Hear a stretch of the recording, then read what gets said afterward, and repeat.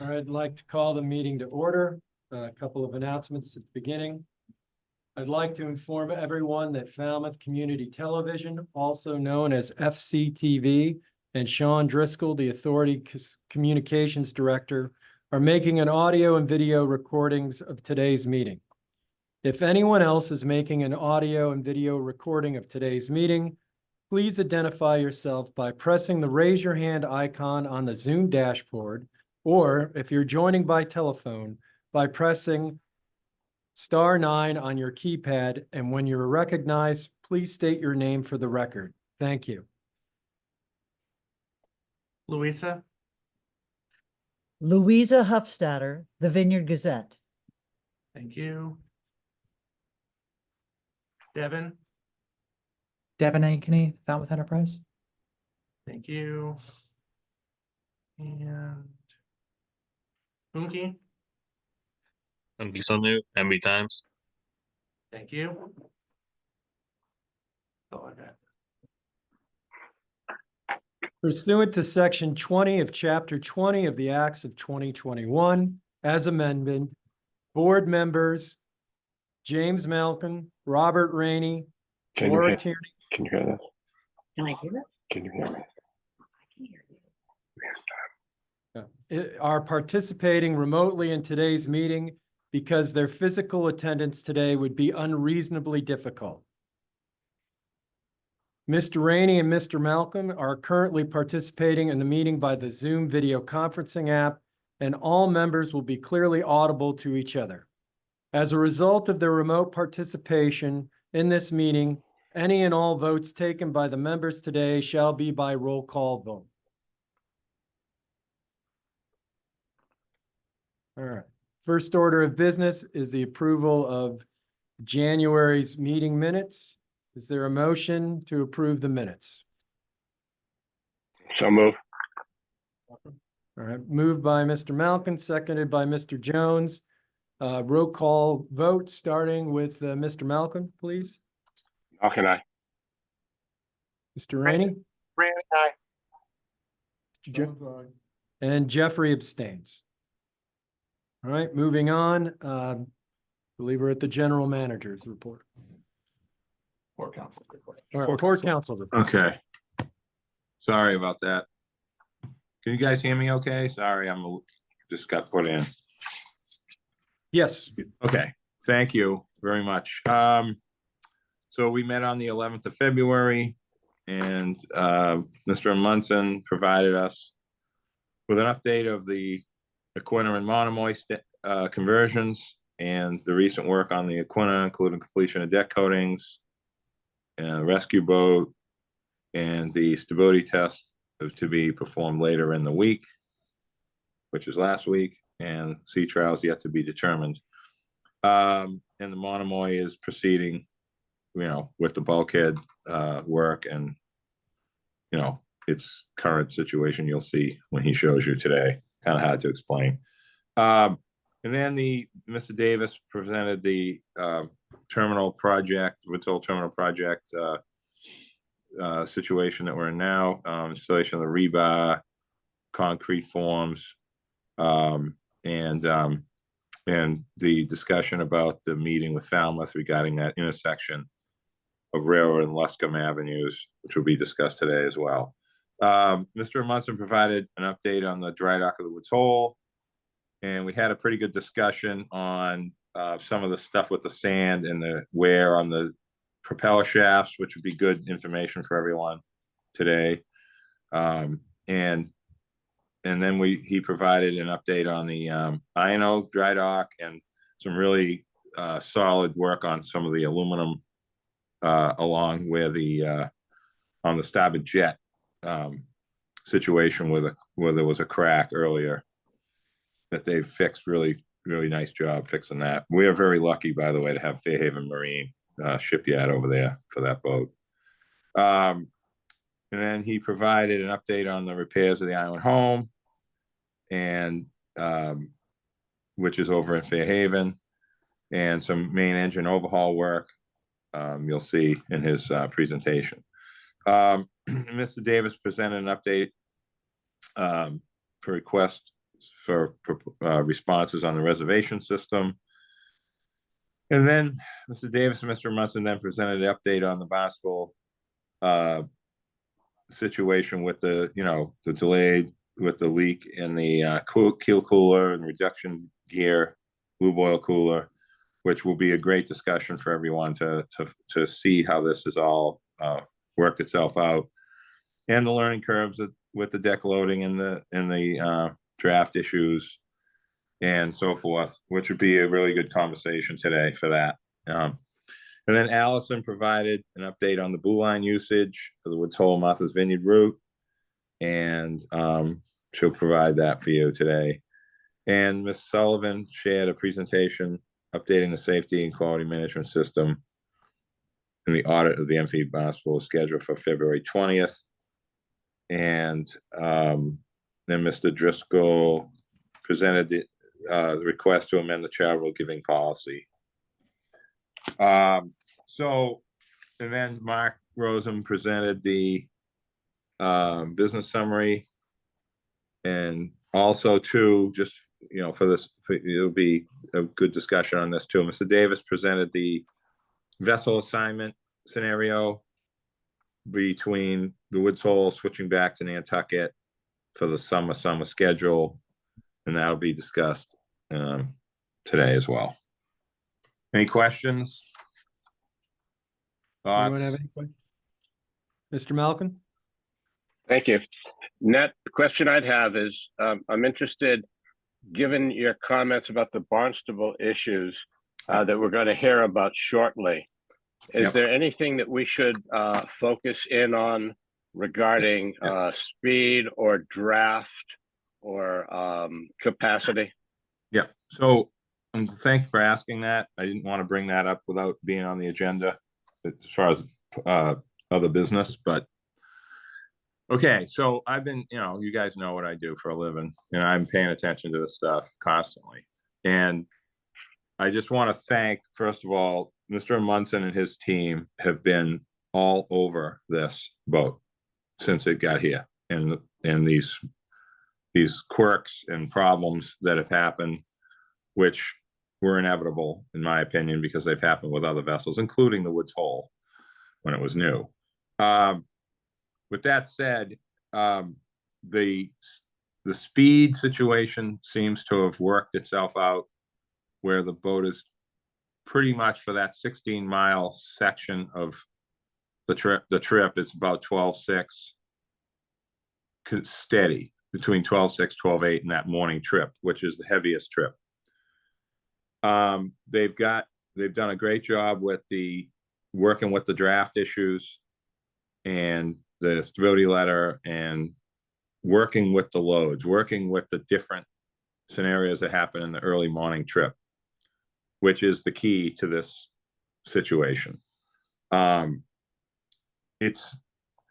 think, overall, I think that the people on the ground, along with the crews on the boat, are getting familiar with the speed of loading, better ways to do things with different configurations.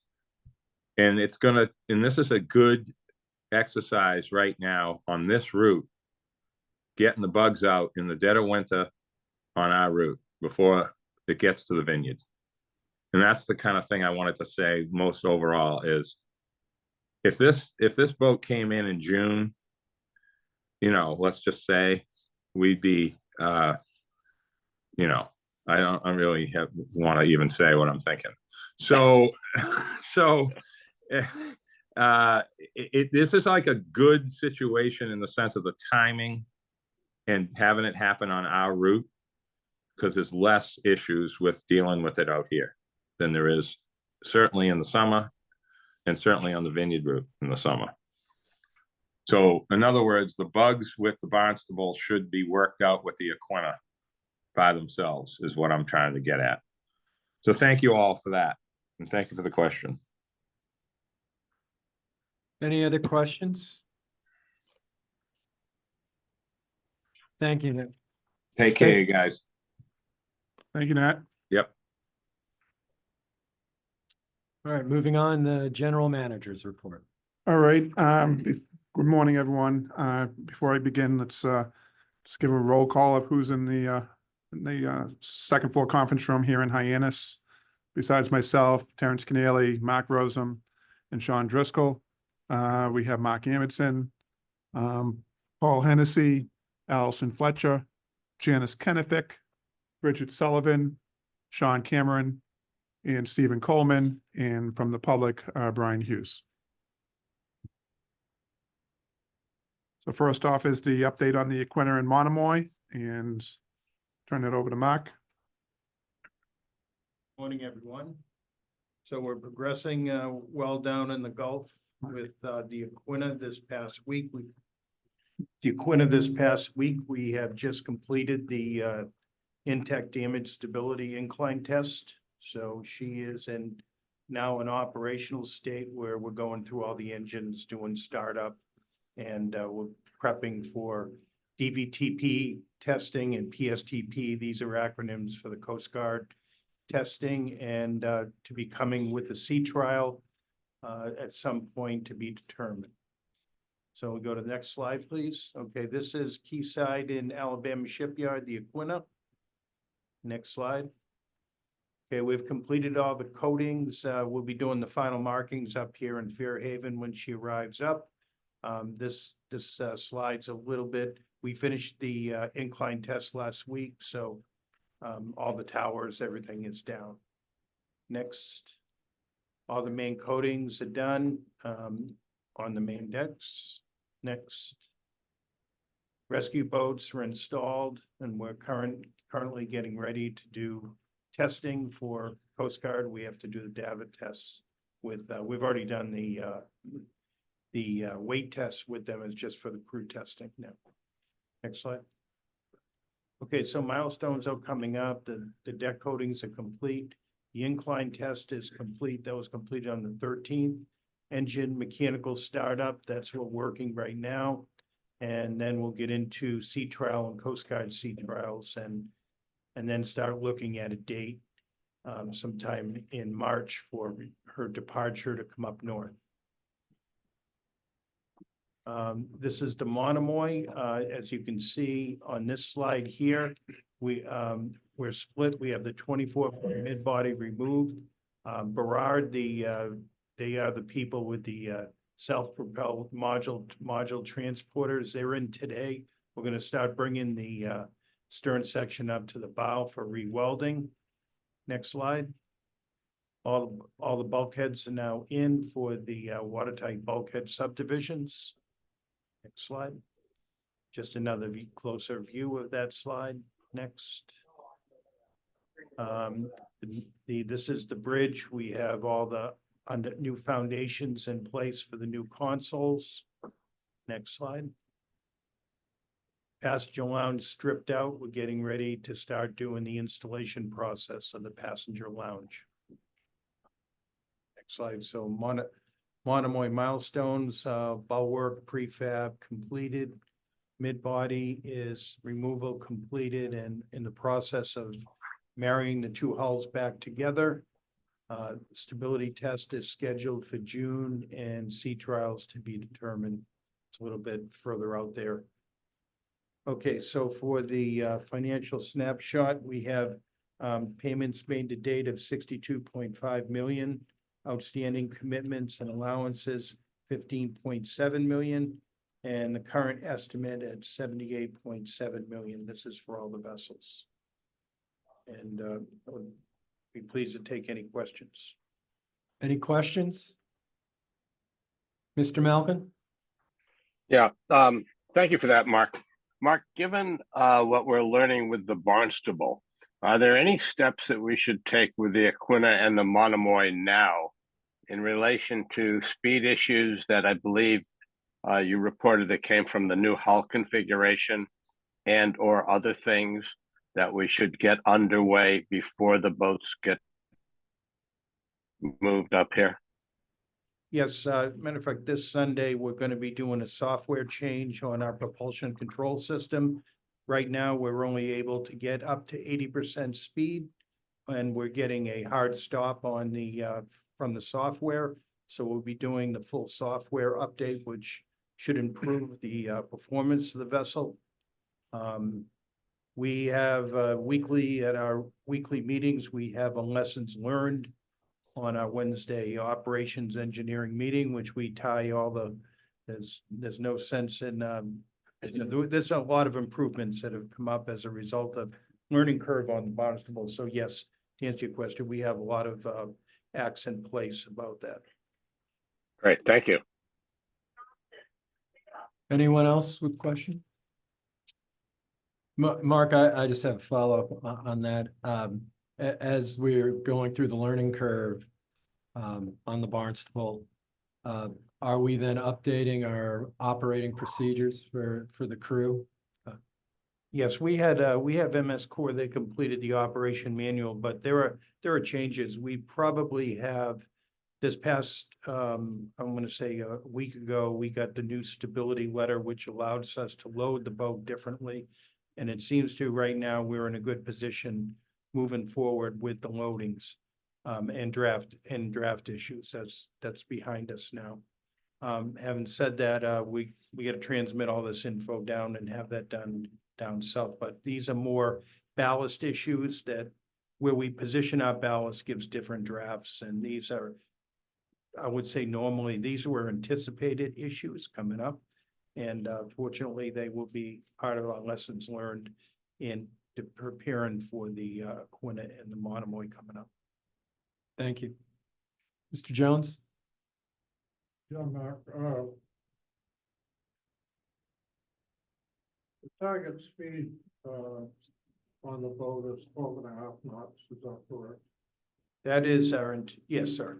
And once you do the software upgrades and whatever you need, what do you anticipate, you'll be able to get?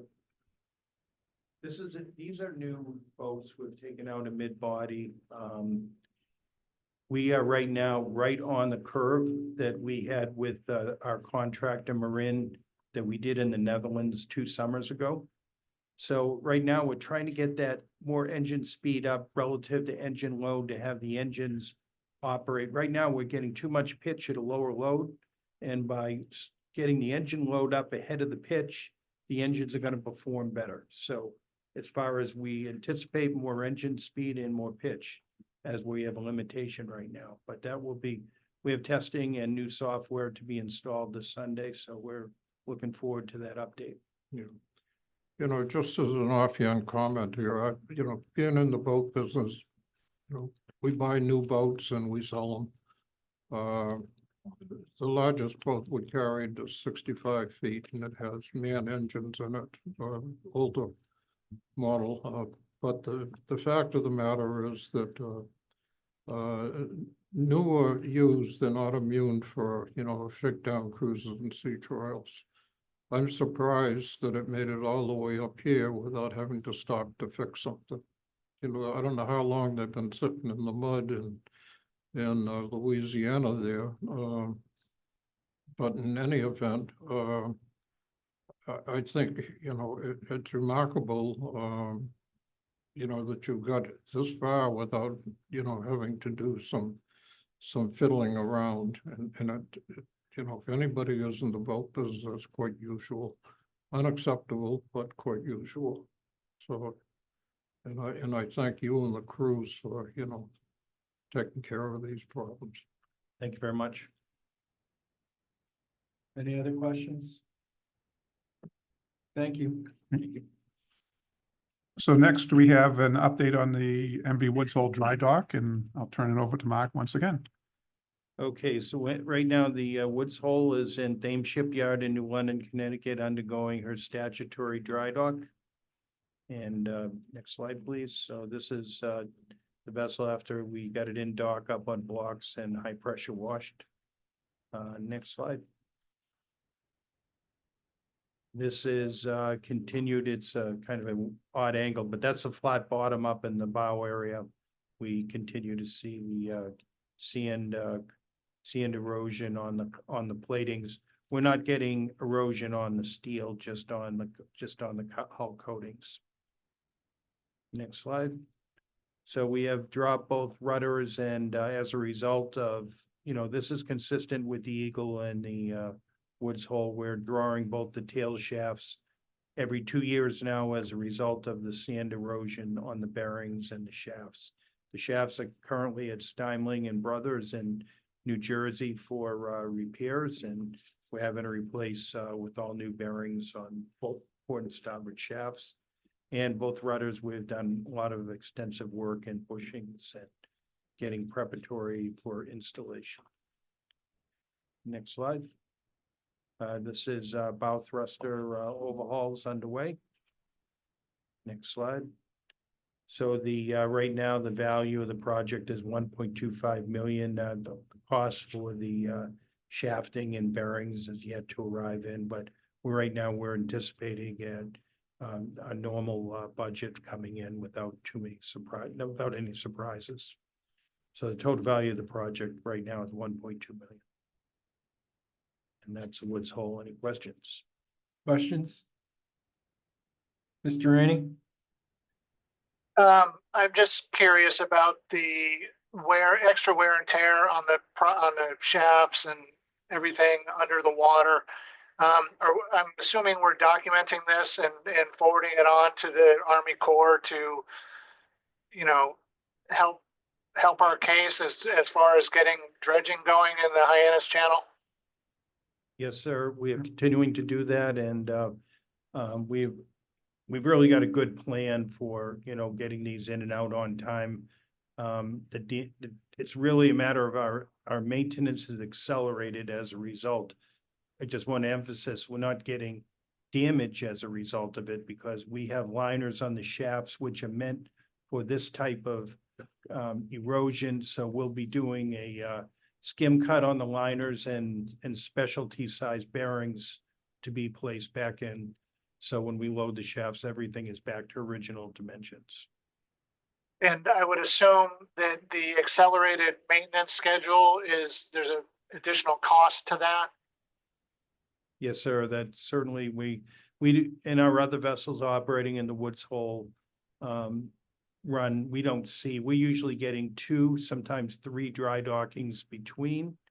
So usually once every 4 to 6 years, where we're every 2 years. And we are at the end of the 2 years, it's not a choice. I mean, the wear rates are so high that they're coming out and we anticipate that now. Thanks, Mark. I appreciate you and your team's work. Yeah, thank you. Anyone else? Just to follow up on Mr. Rainey's question, it would be helpful, and I share his concerns and using this to push the Army Corps to move forward with the dredging here in Hyannis. If we could get the number of what that increased cost is, just in terms of dollars, and have it available to our legislative representatives so that they can push more for us to get the Army Corps in and dredge. So, thank you. All right, moving on. All right, so the next one we have is an update on the MB Island, Iyanough dry dock taking place at Fairhaven Shipyard. And once again, Mark. Yeah, just like my team, we have spread out over into Alabama, Fairhaven Shipyard, and Thames. So this is our busiest time of the year. The Iyanough is in dry dock at Fairhaven Shipyard, and she's anticipated to come off dock tomorrow. This is a photo of the Iyanough docking at Fairhaven Shipyard. Next slide. Now, we found a significant crack up in the bow area. This is some aluminum plate, which we have cut out and scrapped and renewed and already installed. Next slide. And then back in the, this is a starboard jet guard replacement. We had a crop and part renew a plate there, and that's been placed back in, and all the coatings are completed, and she's ready to undock. Okay, this is the platform itself. It's inverted, and that flips up and installs right on the transom end. Next, so with the Iyanough, we have hull coatings, ride control maintenance, window replacements, shell plate renewals. We've done a lot of work with the jets as well, and we're gonna be swapping out one of the engines as soon as she gets over to Fairhaven Shipyard, Fairhaven Maintenance Facility. In this middle of this week. So the snapshot, so we're at 531,000 for our contract. And right now, we're total change orders, we're at even, a lot of the cost hasn't come through. We have, by the way, we've really accelerated this because, as you know, we've had a lot of weather and coatings they're usually, when snow and rain and ice, they're usually, credit to Fairhaven Shipyard. They've worked hard to get this out on time and, look forward to getting that over to our repair facility. Next, any questions? No questions? Thank you. All right, I think Mark has one more. The MV Island Home Annual Overhaul is taking place, so Okay, just so want to give an update on that. So the Island Home is at Fairhaven, our repair facility. And we've undergone the main engine and turbocharger overhauls. Next is just a picture of, we subbed this out to Marine Systems out of Chesapeake, Virginia. They're EMD authorized service representatives, and did a full overhaul, including all the turbochargers. Next slide. So we also did replaced hydraulic rams on now we have both lift decks have been completed, did a lot of work on the lift decks, hydraulic lines, etc. And did final testing with the Cargo Bureau, load testing upon completion. Next slide. That's the end. That's it. Any questions? Any questions? All right, thank you very much. Thank you, and thank your team. All right, so next, just wanted to give a brief update on the Woods Hole Terminal Reconstruction Project. So this is just some of the site work that's being done. It shows the bottom left shows the area where the terminal building is and the preparations that they were doing for that. And it shows that start doing some the top left picture shows the rebar. It's difficult to see on this. And then the formwork that was on the right-hand side. So next. This was some of the equipment that was being used. This is actually for some of the geopiers. Next. You can get a better sense as to the rebar that was set in the form. So the foundation for the terminal building itself is actually going to be done in two separate pours. This first one was about 3.5 feet of concrete. They'll let that cure and then they'll come back and you'll see later on they're already building up the new forms. So next. Again, just some of the form work that was necessary for that first pour. Next. This is showing the utility building and where we stand. So these pictures actually from earlier, particularly on the roof area. And next. So they're already working and installing the piping systems that are necessary for the electrical and plumbing and the like. Next. And here they already started putting up the outer walls. And as you can see on the markings on the right-hand side, they've already marked off where the interior walls will be. So next. And more recent pictures showing that they installed the membrane on the roof of the building there on the left-hand side to seal that up. And next. And that's it. So we're about 35% progress on this on the project so far. Probably a little bit more now that they've gotten that first pour done. There's been some change orders, and unfortunately I didn't think about grabbing what those numbers were, but they were minimal at this point. So if anyone has any questions. Mr. Malcolm, do you have a question? Your hand is raised in the Zoom. That's why. that's my. Oh. that's the mouse, sorry. Oh, that's the mouse. Yeah. Sorry, that was Sean. No questions from you, Sean. Nope. Any questions? All right, moving on. Now, moving on, just a brief update. We have the RFR for the IT for the issuance of a new reservation system. The request for responses was issued back at the beginning of December, on December 10th. We have had 26 requests for the package thus far. We've issued 5 addendums. The first one was issued in December 20th, responding to the initial 9 questions.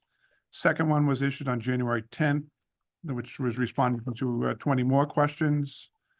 The third one was changing the due date for the submittals. The fourth one was responding to yet another 20 questions that went out on January 29th. And addendum 5 was issued on February 7th, responding to 5 questions. So at this point, the deadline for questions has ended. And February 21st, which is Friday, we'll be having the RFR submittals are due.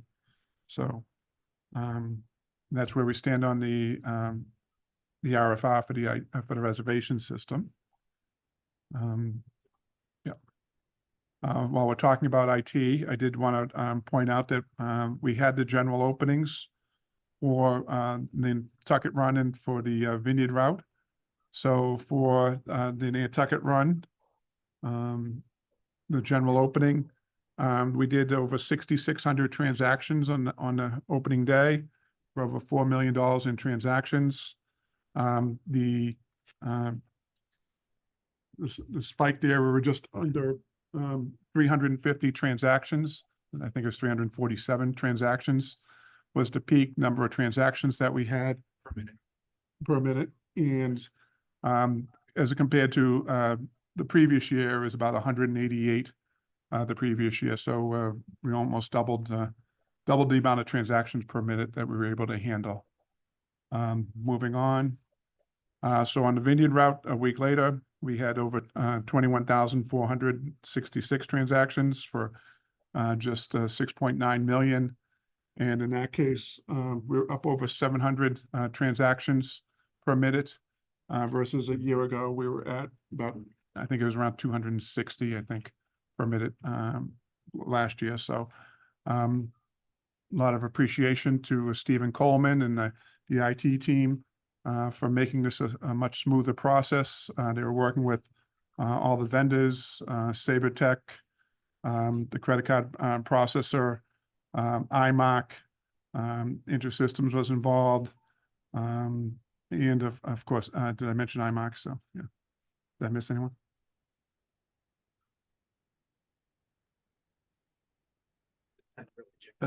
All right.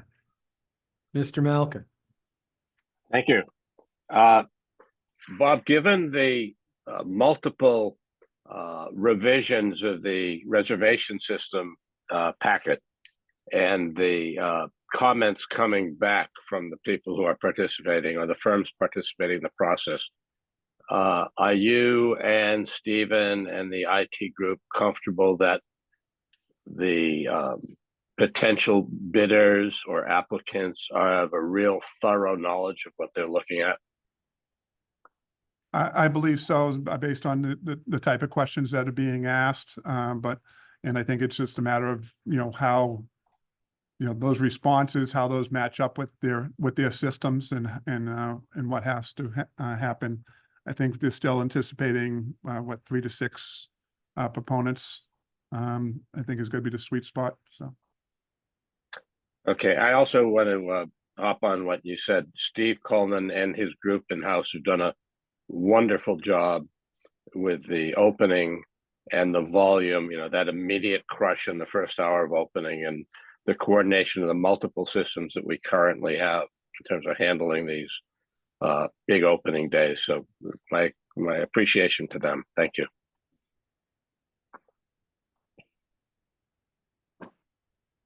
Any other questions on the RFR issuance or the opening day?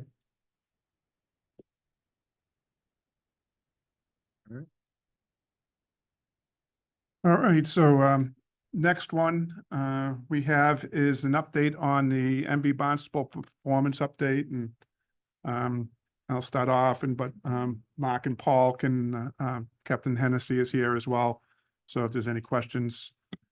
So when we first went to put the Barnstable into line service, it was delayed as a leak was discovered in the reduction gear lube oil cooler, which is on the screen next. So there's number of plates within the cooler, and the fluids run between those two, much like a radiator. Next. It was discovered that there was a problem with a thermostat control valve, which was corrected. And next, there's a piping diagram. It's difficult to read even in front of you. So, but additionally, it was determined that we needed to add a block heater to the system in order to account for the cooler temperatures than the system was previously used in since it was down in the Gulf. So that was the initial thing, and we did lose some trips because of that until that was resolved. Next. Then in terms of deck loading, we did have a day in which we were able to get one of our shippers came down with a fleet of vehicles, so that way we were able to test load the vessel. What you're seeing is a sample deck load from the 545 trip with the hazardous vehicles on board. But we did have a issue with initially with the loading of the vessel. Part of that was the training. It's a wider vessel than they're previously used to. So how to come, the vessel and the crews as well as the terminal had a learning curve in terms of how best to load the vessel. We did end up having an issue, as Mark alluded to earlier, with the capacity when it was over 700,000 pounds. The COI, the stability letter for this vessel, is that it's capable of carrying about 1 million pounds, but we were having a draft issue in the stern when we got up around 700,000 pounds. It's primarily, it's really just that first trip when we have a full load of the hazardous trucks going over to the island. But the draft was exceeding the 10-foot that was on the stability letter. As Mark mentioned earlier, they've been working on the water ballast system on this vessel. They also, along with the Coast Guard, they do have a revised stability letter on that. So we're able to it's able to exceed the 10 feet that it previously was at. So so the stability letter allows the vessel to become a subchapter I boat in those circumstances. And since it has this anyways, it wouldn't have mattered. We wouldn't be carrying passengers on that trip anyways. So so next. So the next issue we were dealing with was initially there was a delay in not only the transit times, but the loading times. The loading times were taking longer. Those have been seem to be getting resolved. And but the delay that we originally were seeing is that the vessel wasn't making speed is what we anticipated, as Mark pointed out earlier.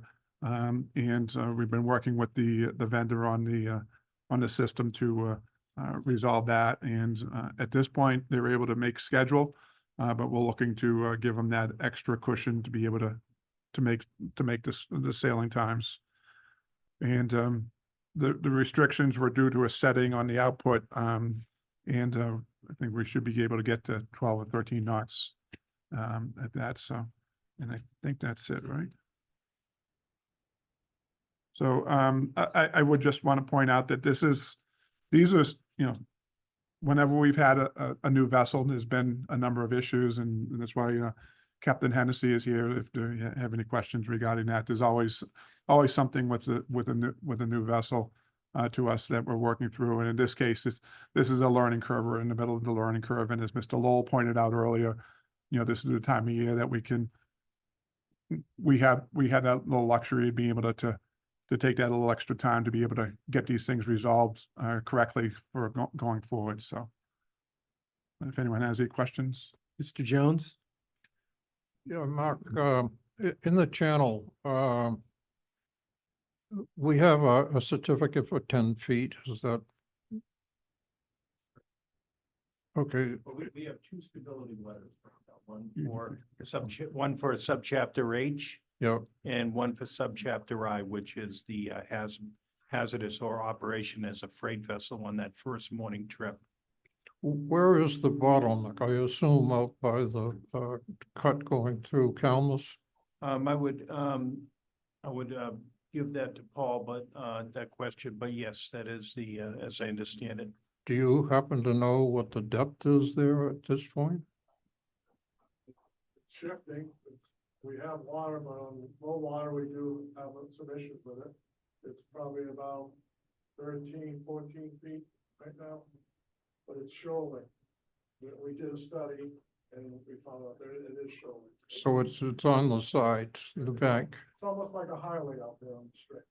Yeah, Past that bar, it's like two roads. I'm very familiar with the dredging of this thing here because I was involved, for the first dredging. But in any event, I think the dredging was called for 13 feet, pay 14. And that was, pretty good when they first did it. But the siltation, when they did the dredging, filled in the rest of the harbor, which wasn't good. But at this point now, do you have any idea what needs to be taken out of there? We need to control depth of it. Mark, Paul, you need to come to the microphone.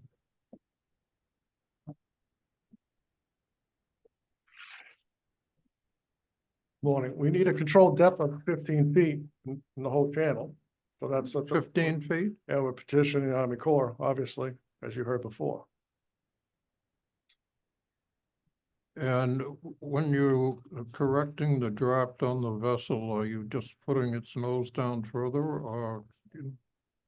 We're not putting, well, Mark is, we're figuring out the ballast and we're adding potable water, but with the potable water, that's putting the nose down, but with the load, we're bringing it back to trim. And that's the goal. Trim or lower in the stern. What I'm getting at is this something, we can correct ourselves to use the channel, or we know it needs to be dredged, and that's not a question, it's just when. I don't know if we can correct it. It does need to be dredged because it's affecting our other vessels, not just the Barnstable. So you can get it navigable, by correcting the ballast and stuff. We can lighten the ballast, yeah, and raise the vessel up out of the water more, but then you have to worry about the props and the rudders being in the water. But it's running fine now. We seem not to have any issues, and Mark's doing a good job figuring it out. My concern is that at one point, the shoaling was so bad that we had to do emergency dredging, out in the harbor there. And interesting enough, all of the regulatory bodies went along with it, and they got the job done.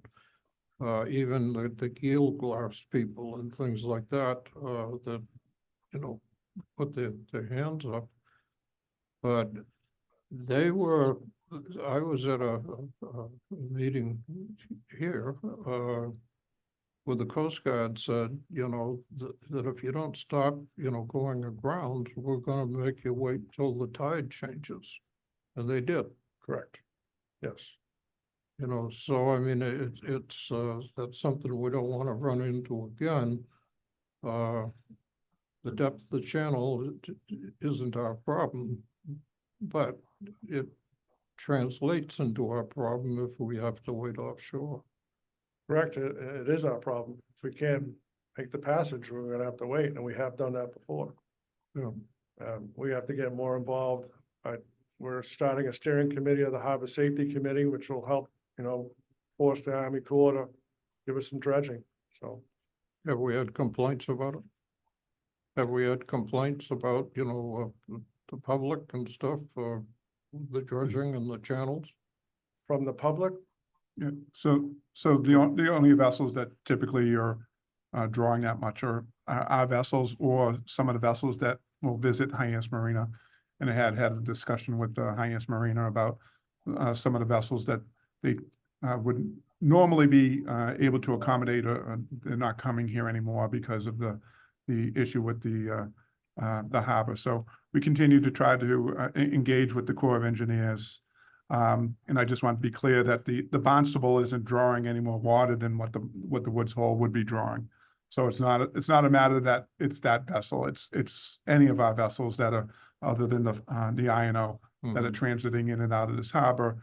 They are close enough that they're stirring up some of the sand. And as Mark had pointed out earlier, that's impacting the mechanicals on the vessels, the shafting and the Yeah, the seals. I'm familiar with the problem, and that's why I'm just bringing it out, so. Mr. Malkin? Thank you. I don't know if this is Captain Hennessy or Mark Adamson, but since you're by the microphone, my concern is that 5:40 a.m.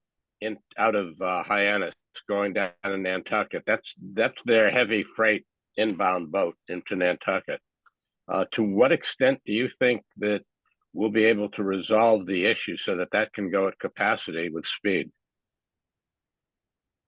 the capacity and Yeah. speed, Capacity can sail at capacity and maintain its speed to Nantucket, because at least in my view, that's a critical element of the quote unquote lifeline service to Nantucket with food, fuel, medicine, and supplies. That's their trucks. all right, well, the speed is still the speed. It's making its good speed. It's making the schedule now as the adjustments. The cargo, we're still figuring that out. As you saw on the picture, we had 6 tankers on there, stopping shops. We're filling it up as much as we can. Now we're down to 10-3 when we go to an I boat. So I think we're resolving these issues, and I thank everybody for having patience while we work this out. Thank you. Now, is that restricting us in the number of trucks? Negative, it's the weight of the trucks. Thank you. So those first couple trips that we were running with the hazardous, there were some where, instead of leaving a hazardous vehicle behind, that they did end up pulling off a tractor trailer to make sure that, up until the time that we, the stability letter only had the subchapter H. We had to do that. Now that we're at, we can go to an I-boat classification. We can go a little bit deeper, and so they were able to do that.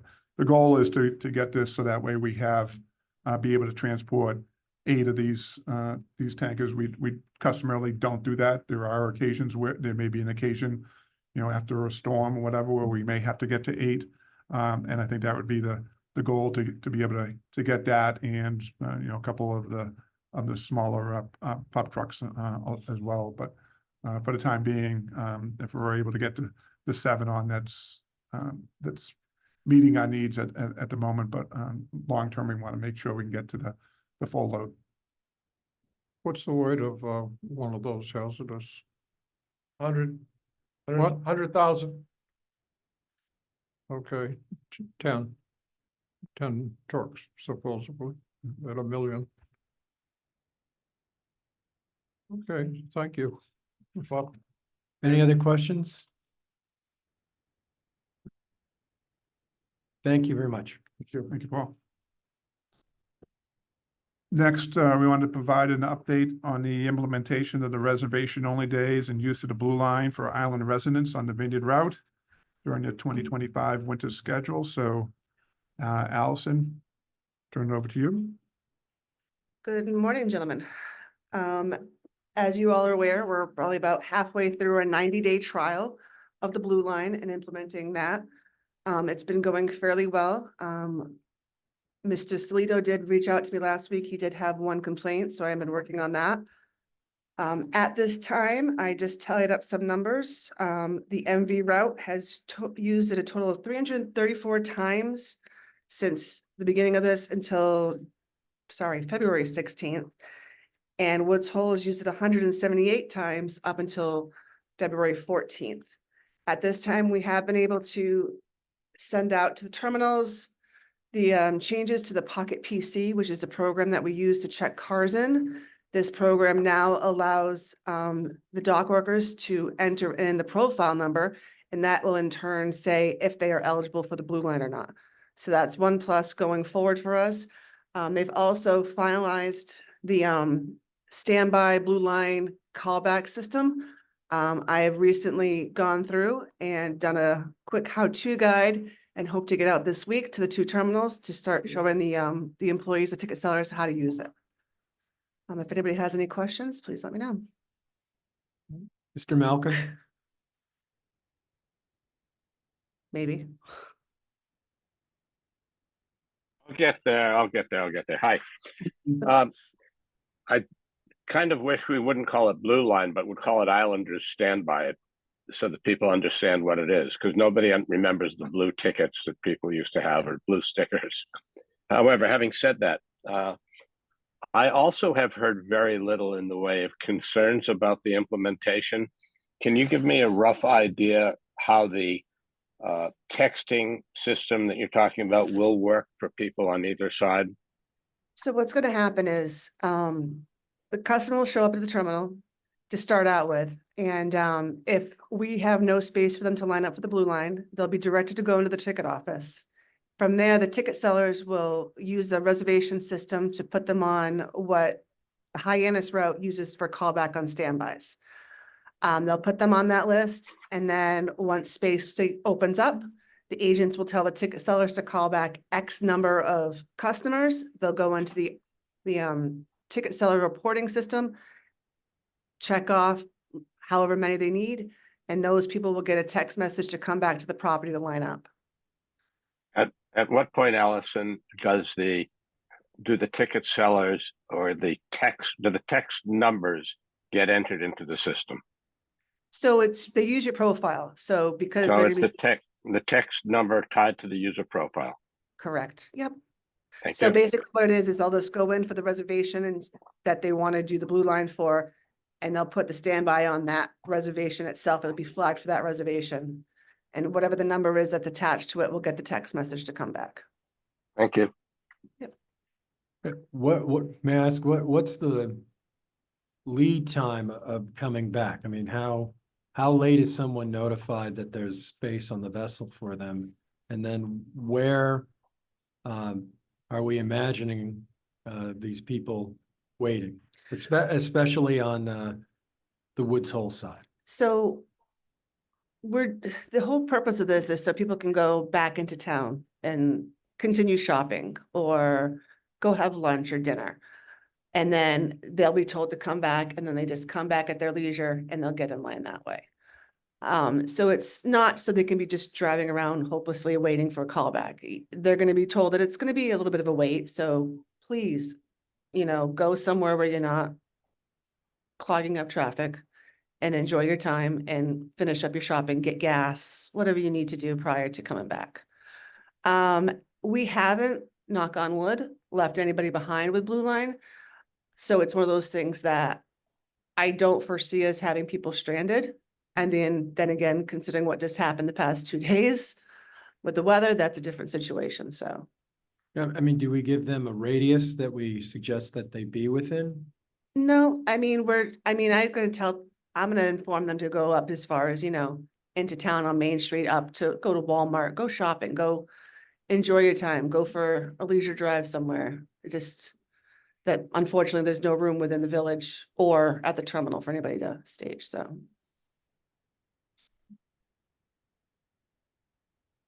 The other aspect of it is that there will be some physically on the property as well. So that way, these are ones that would be backfilling in those Right. spots once those other ones move forward onto it. And they're trying to keep as many on the property beyond the set number as possible.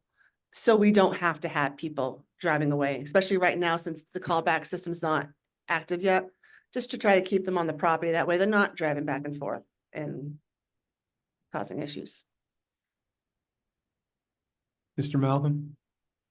Yeah, following up on what Peter's talking about, Allison, I appreciate the dilemma you're in, or we're in, and the traveling public is in. We don't have staging areas in Woods Hole. We don't have staging areas at the terminal. And I said Woods Hole, the town. We don't have staging areas at the terminal because of the construction. We don't have staging areas in Vineyard Haven either. And it would probably be helpful if, as you get experience, we tell people, we give them a rough idea in terms of how much time they have between now and when things might clear, so that they don't just sort of huddle around pie in the sky or Vineyard Haven, you know, hoping that maybe things Right. will happen quickly. Yeah, it'll be kind of like a restaurant, you know, hey, we're looking at a 1 hour wait for you to get back to the property or whatever it's Okay, gonna that- be. Yeah. Mhm. Good, thank you. So, and correct me if I'm wrong here, but the other piece of this is that not only will they be getting a text, but they'll be able to monitor their status in the line, because on the website, it will show they're assigned a number. And so they'll be able to check the website and to see where they stand versus the other numbers that had been issued before or after them, so. Thank you, that's helpful. Any other questions? So the only other thing I want to point out is, again, this was done as a 90-day trial period during the winter schedule, and we'll be coming back at a later point to discuss what we feel is necessary for you going forward. All right, moving on. All right, so next item is just provide an update on the vessel assignments for the 2025 summer operating schedule. Pending the arrival of the authority's newest vessels, staff had proposed this summer operating schedule, including the MV Woods Hole operating on the Vineyard route and the MV Aquinnah operating on the Nantucket route. Those vessel assignments were initially presented in order not to have freight vehicles backing onto the 5:30 a.m. trip from Woods Hole to Vineyard Haven. So prior to placing the Barnstable in service, staff, as I mentioned earlier, coordinated with one of our frequent shippers to conduct a load test using various size configurations of trucks. The vehicle load test was to help develop the loading scenarios for the freight deck to maximize the space. At the beginning of the load test, a 39-foot hub trailer unit was driven onto the vessel and then instructed to make a 180-degree turn without having to back up. The driver was able to make just such a maneuver on the first try with room to spare. So it's expected that this was expected, but it does remain significant, as the 5:30 a.m. trip from Woods Hole is restricted to vehicles that are less than 40 feet. But not only is that, the first trip being restricted to less than 40 feet, most of them are actually less than 35 feet. So as a result of the test, staff has considered the vessel assignments for the summer and is seeking to switch the MV Woods Hole and the MV Aquinnah for the summer schedule starting June 18th through September 9th, 2025. An additional reason for doing this is to provide the Nantucket route with more passenger space on board. It's a longer trip. The Woods Hole can carry 454 passengers, and the Aquinnah will be at 350, but it's a smaller passenger areas, everyone's aware. So it's anticipated these vessel reassignments will have a minimal effect on the number of vehicles that are going to each island, but it's just to be able to, we're going to be able to drive the trucks on that 5:30 trip onto the Aquinnah and then have them circle around. So that way we don't have the backup alarms going. So at the Port Council meeting last week on the February 11th, the Port Council members did vote to recommend this matter to the board. So we're asking that the members vote to adopt the amendment to the vessel assignments for the operating schedule of June 18th, 2025 to September 9th, 2025. We want to have a motion first or a discussion first? I'll move that we approve. All right, there's a motion to approve. Is there a second? I'll second it. All right, seconded by Mr. Rainey. Any discussion? No, just a comment, the Barnstable in the corner, seating capacity 350. But actually, what is the number of seats that we have? I think interior, we have about 80 seats Yeah. interior, so it can carry 350, but there's Yeah. only about 80 seats inside. Do you think we'll expand that in the future? We'll be looking at that and the usage of that space, and originally we were looking at having to go up to the next level to be able to do so, but it was going to require an elevator, so we put that on a back burner for the time being. So we'll see what the experience is, but you know, these boats will be running effectively every freight boat schedule, so they typically don't have a lot of passengers, but on the weekends they could. So we'll monitor that as we go forward. They do have much the Container and Gayhead had approximately 140 to 145 passenger capacity. So the passenger capacity is double what we had there, and the seating capacity is actually more than what we have for the Sankaty, which has a similar overall passenger capacity. So, Thank you. Mr. Malcolm? Thank you. Just before this comes to a vote and tangentially in terms of vessel assignments, Bob, we had some conversation, you and I directly, about running the island home out of Oak Bluffs this summer. And I know that Paul Hennessy was looking at configuration of the terminal and whether any dolphins were necessary, so on and so forth. Where are we on that? Or would you like to address that later? Yeah, so that actually wouldn't be for this summer. This was for going forward ability. We'd already done the bulks processing and that. So this is something that if this is something we want to be doing going forward, we have to be prepared prior to the bulks on how we assign the vehicle space, because you can't have the heavy trucks going into Oak Bluffs. The other issue was the reason I wanted to have that test run going into Oak Bluffs was a year or two ago we did have an issue with the MV governor, and the question became if both of the slips had been shut down for whatever reason, what would be the option, and can the island home go into Oak Bluffs? And so we just wanted to confirm that. We're aware now of where additional bollards need to be done, and for tie downs. We also, there is some issues with the line handling doors. If we were to be running in there at any sort of frequency, we'd need to flip the vessel around because of the elevator being on the wrong side, which then means in Woods Hole we'd be loading it from the south side, not the north side. So those aren't unsurmountable. It was more of a let's see what we have to do to have that flexibility if we ever need to be doing it. And we still have to look at what the impacts of the waves would have on that longer hull form over in Oak Bluffs. It may be that if that vessel was to be going in there, is it more susceptible to the wave action as opposed to one with a shorter hull form? So those are all things that we need to continue to look at. Thank you. Before we go to vote, I have a couple of questions. I guess the first is are we definitely loading the boat if it's switched so that the freight is not backing up on the boat at 5:30?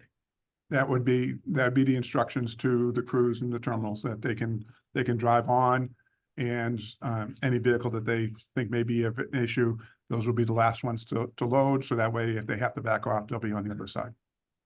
And that'll be our written policy. That'll be the policy that what happens if the MV Aquinnah doesn't get there in time, isn't in service in time? What is our plan in terms of this? Because we're talking about June and it's still in Alabama. Yeah. So we anticipate at this point, we're looking at having the Aquinnah up here in time before even we get that May schedule into June. But this gives us a little bit of a leeway until June, and we can always make adjustments if we have to in terms of switching it back, because it'd end up being the flipping of the Woods Hole and the Aquinnah. It'd be the Woods Hole going back on the Vineyard run, and Sankaty taking the place of the Aquinnah on the Nantucket run if we have to. All right, so we're not going to put a boat in service that we have to back in all our freight then. Correct. It wouldn't be the Sankaty, wouldn't be replacing it now. Okay. And then my third question is, if I recall about the support or necessity for this 5:30 a.m. ferry, one of the main reasons was the Martha's Vineyard Hospital was writing how this was an important for them to meet their both staffing and service needs. And are we certain, and have we reached out to the hospital that this vessel switch will meet the needs that they expressed in support of the 5:30 ferry continuum? Yeah, we anticipate, so actually the Aquinnah would have more higher passenger capacity than the Governor that it replaced in the past. So we didn't anticipate that to be an issue with any passenger cutoffs. And generally speaking, the trucks don't have the same weight that they do for the hazardous trips, so it wouldn't be a I-boat, H-boat issue either, so.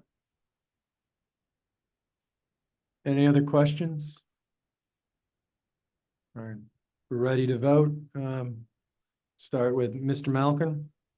Malcolm, aye. Mr. Rennie. Randy, aye. Mr. Jones.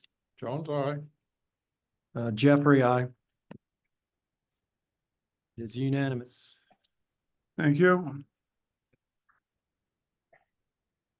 All right, it's been a little bit of a time since we've done it, but I'd like to have Bridget Sullivan come up and provide the board with a update on the safety quality management system. Morning, everyone. Morning. Good morning. Next slide, Sean. As you can see, we have our Barnstable interim audit this Thursday, starting at 10 a.m. Reno will be coming down, a recognized organization, and will be conducting that audit for us. Later in May, we intend to have our ISO 9001 audit. Next slide, please. Part of our safety quality management system is to have a report system in place. So we took all of the reports from 2023 and 2024 and made a comparison for you. In 2023, we had roughly 387 event reports. These include accidents, injuries, illnesses, nonconformities, and so forth. And in 2024, we had 404. And as you can see on the graph, our actual reported incidences are going down, and our opportunities for improvement are going up. And this is exactly what we'd like to see in a safety management system. Next slide, please. Further to that, opportunities for improvement.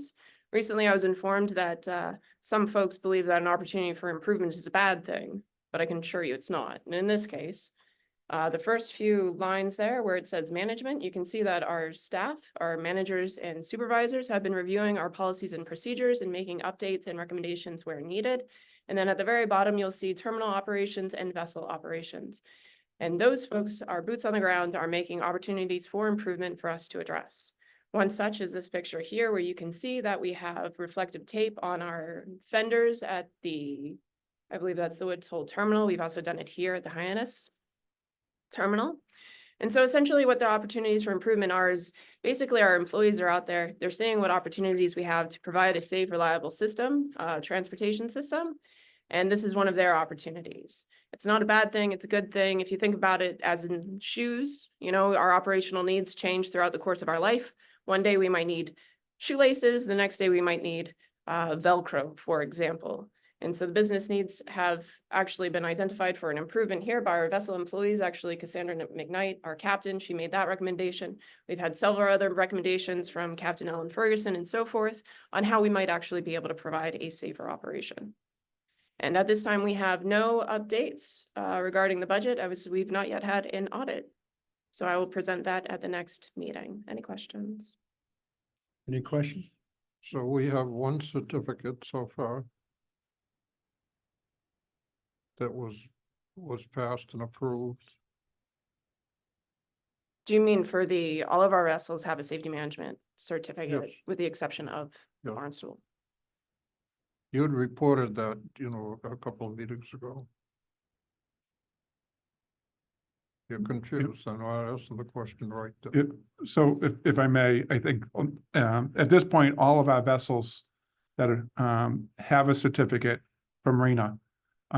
The Barnstable does not at the current time. They will be here on Thursday to audit that vessel. And we anticipate that at that point, that vessel, like the others, will have a certificate. And then in general, for the organization as a whole, there's a certificate as well. So, and there's going to be periodic audits that take place as we move along after certain periods of time. 3 months. Yeah. Barnstable will undergo its initial audit. So right now, the interim is essentially just making sure all the boxes are checked. We have a document of compliance organizationally that captures the safety quality management manuals as a whole. And so he'll be coming Thursday to make sure that those policies and procedures have been implemented. And then in 3 months' time, he'll ensure that we are actually operating under those policies and procedures. And then that will bring us up to speed with all the other vessels in the fleet for the Barnstable. Is there a lot of classroom time put into this, or the crews and things of this nature? No, actually, it's mostly in meetings. So I just met with them this morning before we had this meeting to make sure that the crew was informed, but pretty much they all are on board. Throughout the VOM, you can see that, or how do I phrase this? In our learning management system, we ensure that the VOM is also captured there and that we are tracking that they are reviewing these documents and procedures. And in addition to that, we do periodic inspections and checks to ensure that they are published and posted. And right now we're actually undergoing a review of the entire system itself and do hope to execute an update to the entire manual, hopefully by next quarter at the latest. So we do appear to be in good standing. And then we also do have additional training opportunities during our Development and Training Expo. Okay. You're welcome. Any other questions? All right, thank you. Thank you. Thank you, Bridget. All right, next, advertising donation policy revisions, and Sean. Yes, good morning, everybody. So we're seeking an amendment to the charitable giving policy to designate certain portions of our advertising space as donations to local charitable organizations. This is not an amendment to the advertising policy. It's one thing everyone clear that I'm following the ask.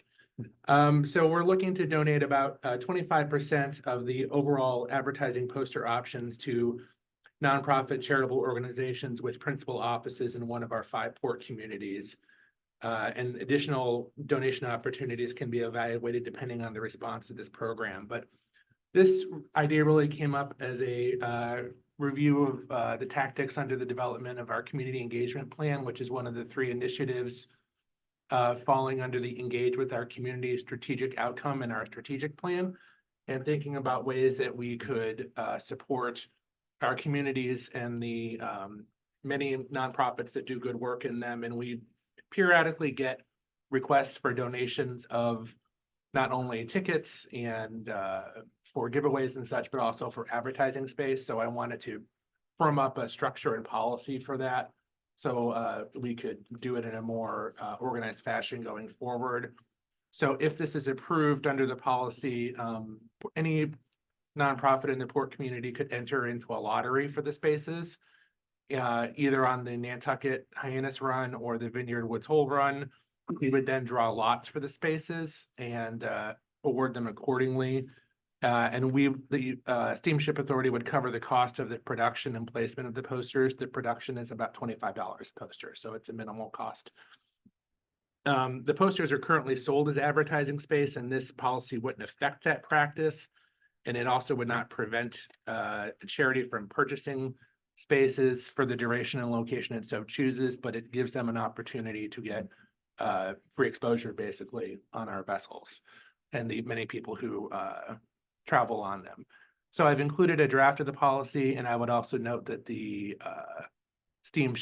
Port Council last week voted to recommend this to the board. So happy to answer any questions. Want to discuss before a motion or a motion before I just discussion? have a couple of minor points. discussion first. First of all, I like the policy. I think we should be, reaching out and helping the nonprofits as much as we can. If somebody was picked in the lottery this year, will they also be eligible for next year? A little bit of it will assess and adjust as we go forward, but my vision is that would be fresh lottery every single year. So if we have a situation where we have many more nonprofits than space we're able to give, we might assess that for 2026 and give those nonprofits that weren't picked, a higher lottery number or something along those lines, depending on how we do it. But my vision would be that it would just be a drawing every year. And it would start fresh every season. Okay, and we will do the preparation for the ad, is that what you're saying? They will design the poster, and then They will. they'll give us the file, and then we'll print it and install it, I yes. see. But we won't get involved in the creative side of it. They'll need to design the poster themselves. All right. Any other questions? Or I just have a couple, I guess. What is our current unsold percentage of posters right now? Currently, we have no posters sold because we had to re-establish the advertising. Historically, at this point in the season, it would still be very early, even if we'd gotten started in the fall. We very rarely totally sell out. So I'm not, in looking at our historical practice, I'm looking to formalize the inventory that typically doesn't get sold. So we are going to have fewer ad options this year than we have in prior years, just because we eliminated a couple of programs that weren't performing well.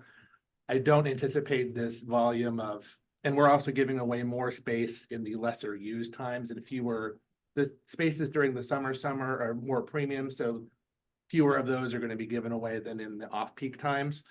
I don't anticipate this crowding out any advertisers who want to buy with us. I think that, the way I anticipate it going is that this will fill in those spaces that typically aren't sold. And so there'll be an inventory of advertising opportunities, and then you will set aside specific locations Mhm. within that inventory Correct. for the donations, yes. Now, will you have, separate lotteries for the Hyannis Nantucket Run and the Vineyard? Yeah, because they're separate vessels, so that nonprofits will be able to say which side they want to, and they could enter for both. I mean, there might be nonprofits that serve both or would want to be on both, so I'm not going to be very stringent on that. If a nonprofit, say from Hyannis or somewhere in town, wanted to be potentially on both, they could enter both, and each lottery would be a separate drawing. Good. And I know Mr. Milligan has a question, but if I could follow up with Yeah. one before I go to Mr. Milligan.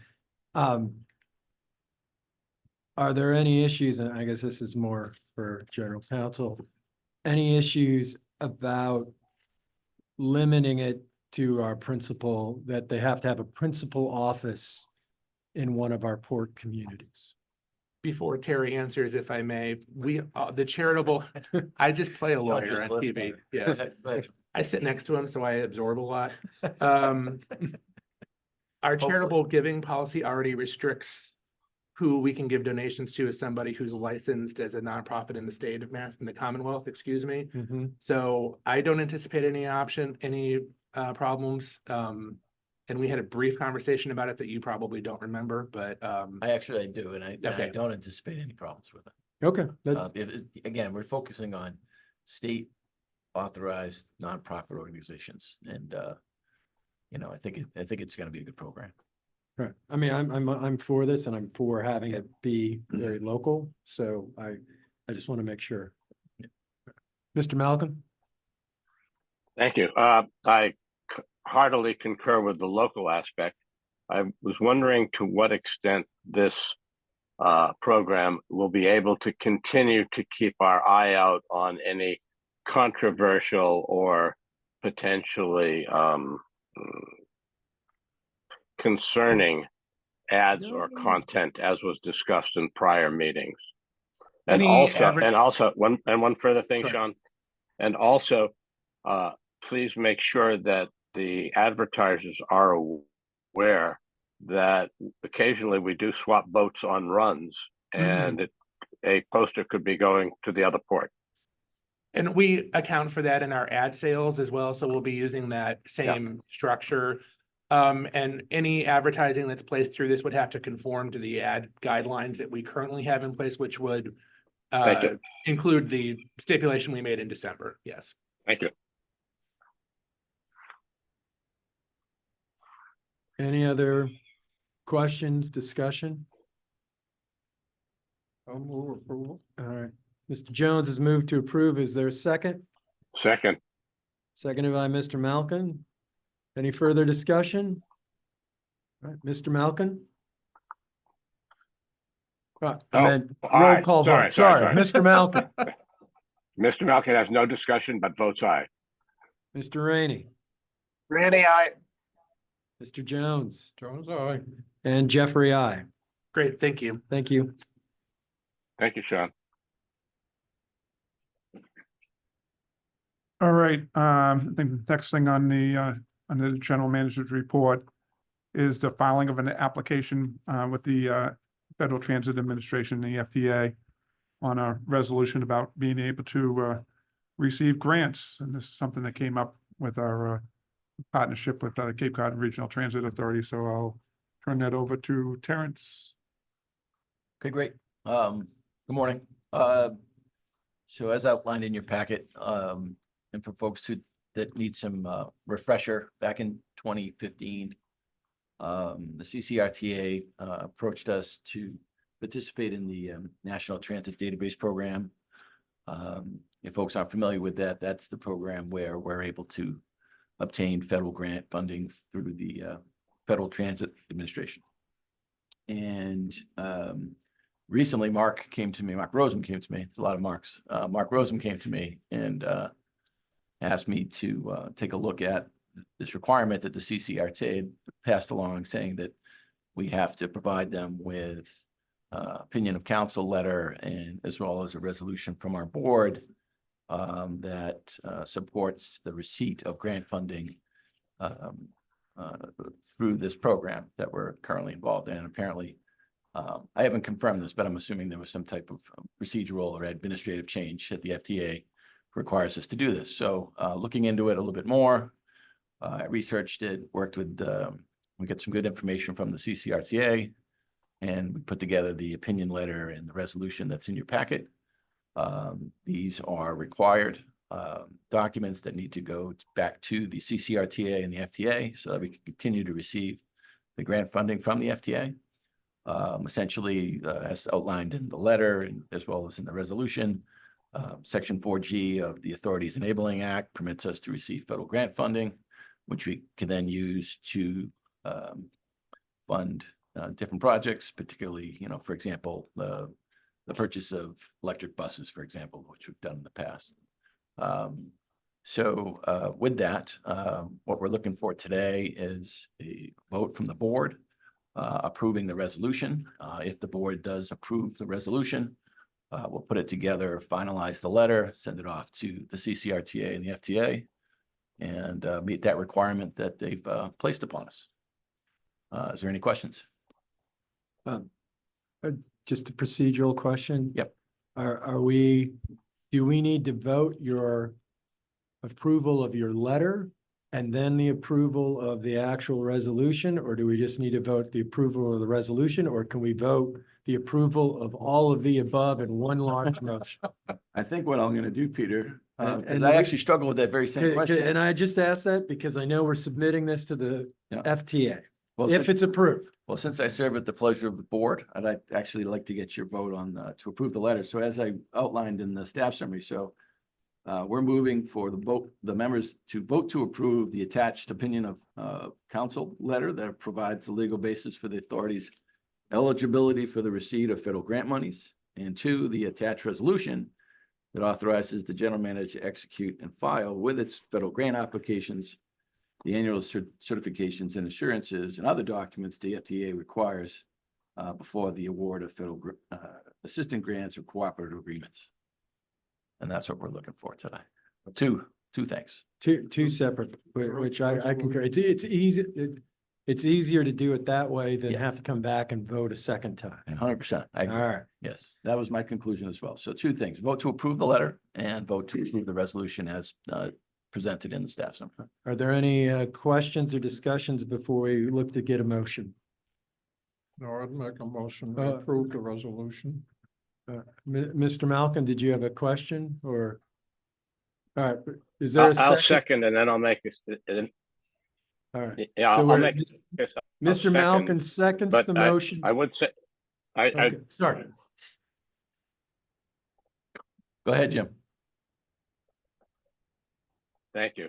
I don't mean to sound sardonic. This is factual. Federal money and or regulation by the time this all comes to pass. Went with that as an editorial comment. I seconded this and I'm prepared to vote. Okay. Very good. So we have a motion from Mr. Jones, seconded by Mr. Malcolm to approve council's letter. And as well as the resolution. As well, we can do it in one You vote. can do it in one vote. All right, as well as the resolution. Yes, So we're gonna vote on the resolution first. Once we approve the resolution, you can write the letter. Well, I drafted the letter already, Bob, and it's in the. I know you do. Okay, go ahead.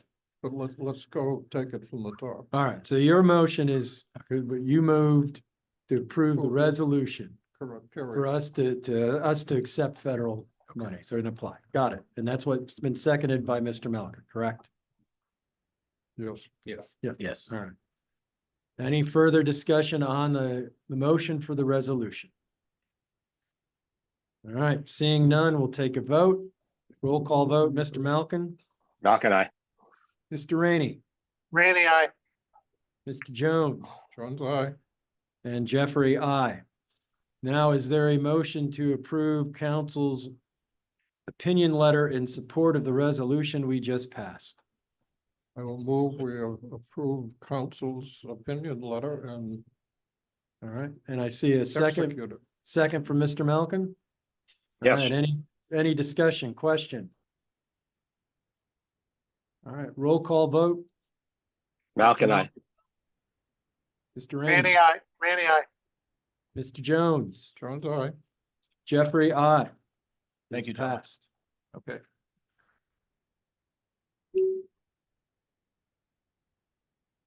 So I think that takes care of the general manager's report for now, and we're on to the treasurer's.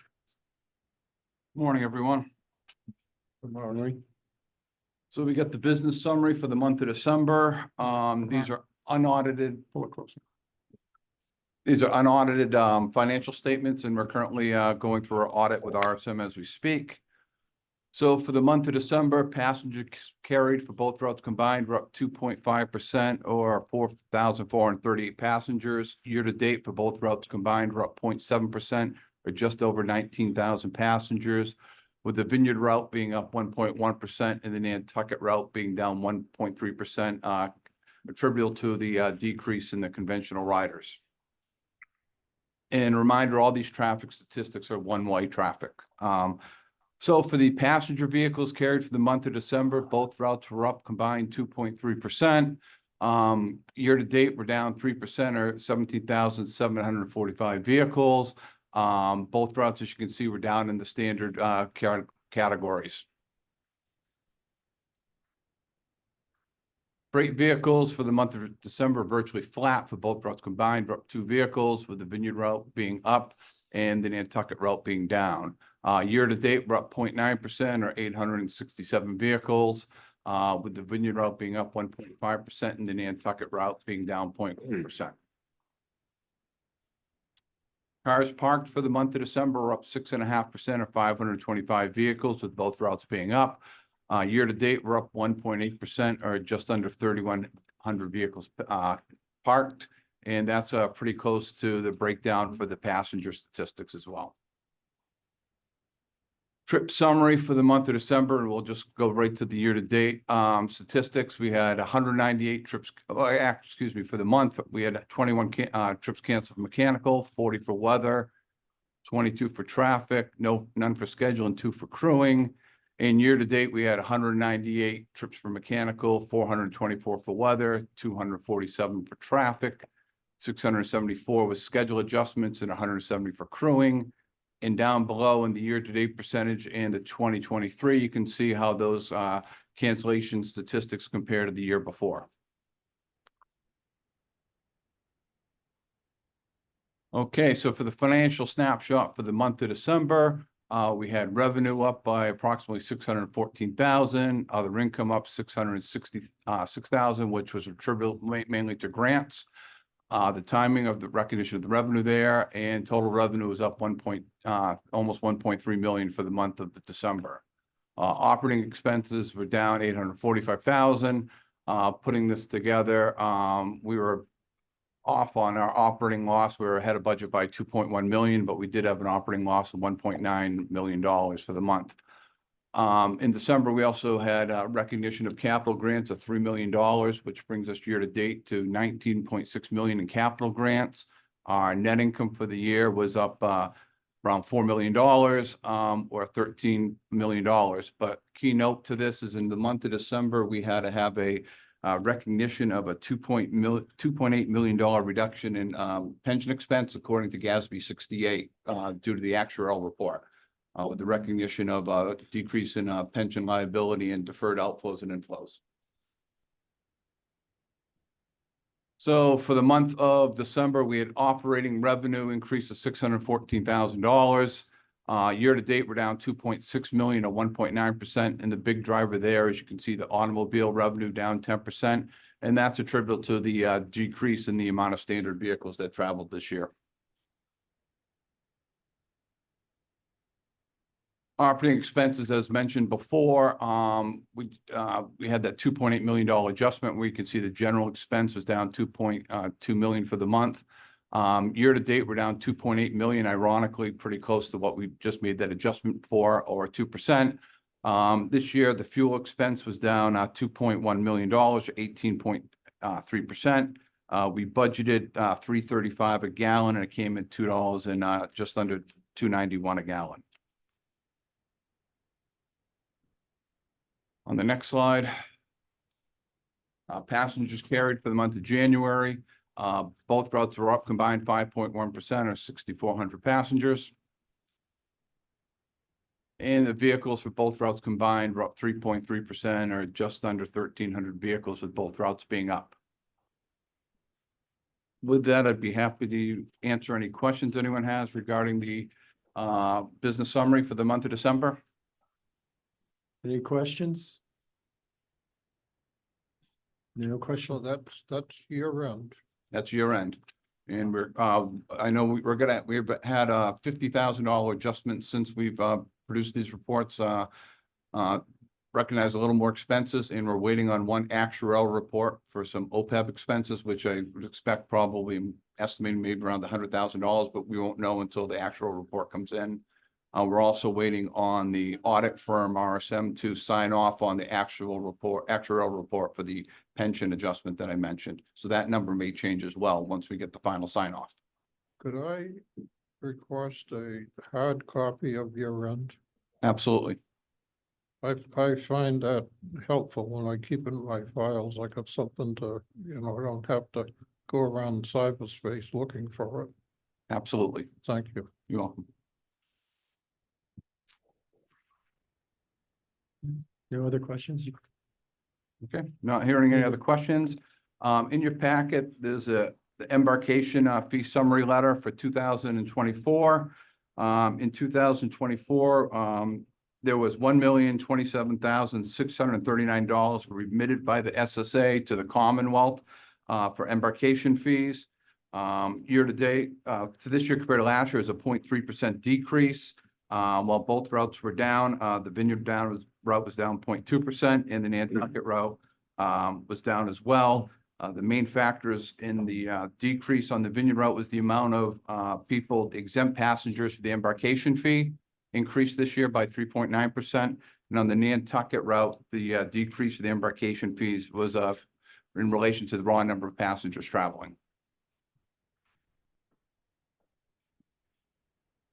Just a note, the town of Barnstable's embarkation fee, for those who don't know, we have to share 25% of that with the town of Yarmouth, because the dog leg going out of the harbor goes into Yarmouth and then, goes out the cut, which is town of Barnstable. There's a line that goes across there, so they get 25%. Right. And as a town of Barnstable resident, I don't see the impact that the town of Barnstable has. That's all political, but still it means dollars and cents to the town. Just a comment. Yep, so we report the numbers and submit it to the state and they distribute as they legislatively deem. But over the course of the period since the embarkation fees were started, we've remitted over $19.9 million to the Commonwealth. And these are our numbers. These don't include the private carriers. Yep. Any other questions, comments? Thank you, Mark. Thank you. Procurement. All right, want to defer the first one for a support agreement with IMARC. We have some resolving a couple questions on that.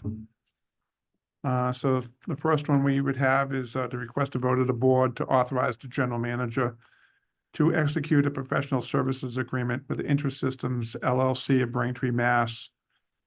For a network assessment to identify risk to address to successfully support telecommunications and computational needs of a cloud-based reservation system for a total cost of $164,475, which is subject to the Commonwealth of Mass ITS 81 contract.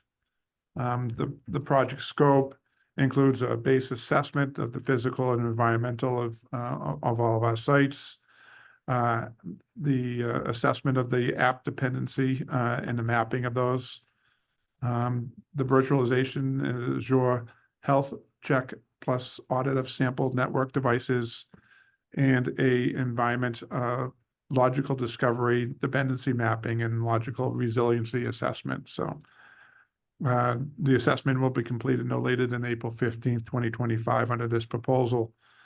So the recommendation is to the members authorize the general manager to execute a professional services agreement with IntraSystems LLC as attached in the staff summary for the amount of $164,475. And any additional detail that you would need regarding this assessment, I would turn that over to Mr. Coleman. Mr. Malcolm? Yeah, I guess this is to Steve or Bob. Why was IntraSystems chosen to do this work? Well, while Stephen is getting set, these services are provided under the under a Commonwealth of Mass state contract, so they're well versed in not only our systems but also in general. But I'll let Stephen expand upon that.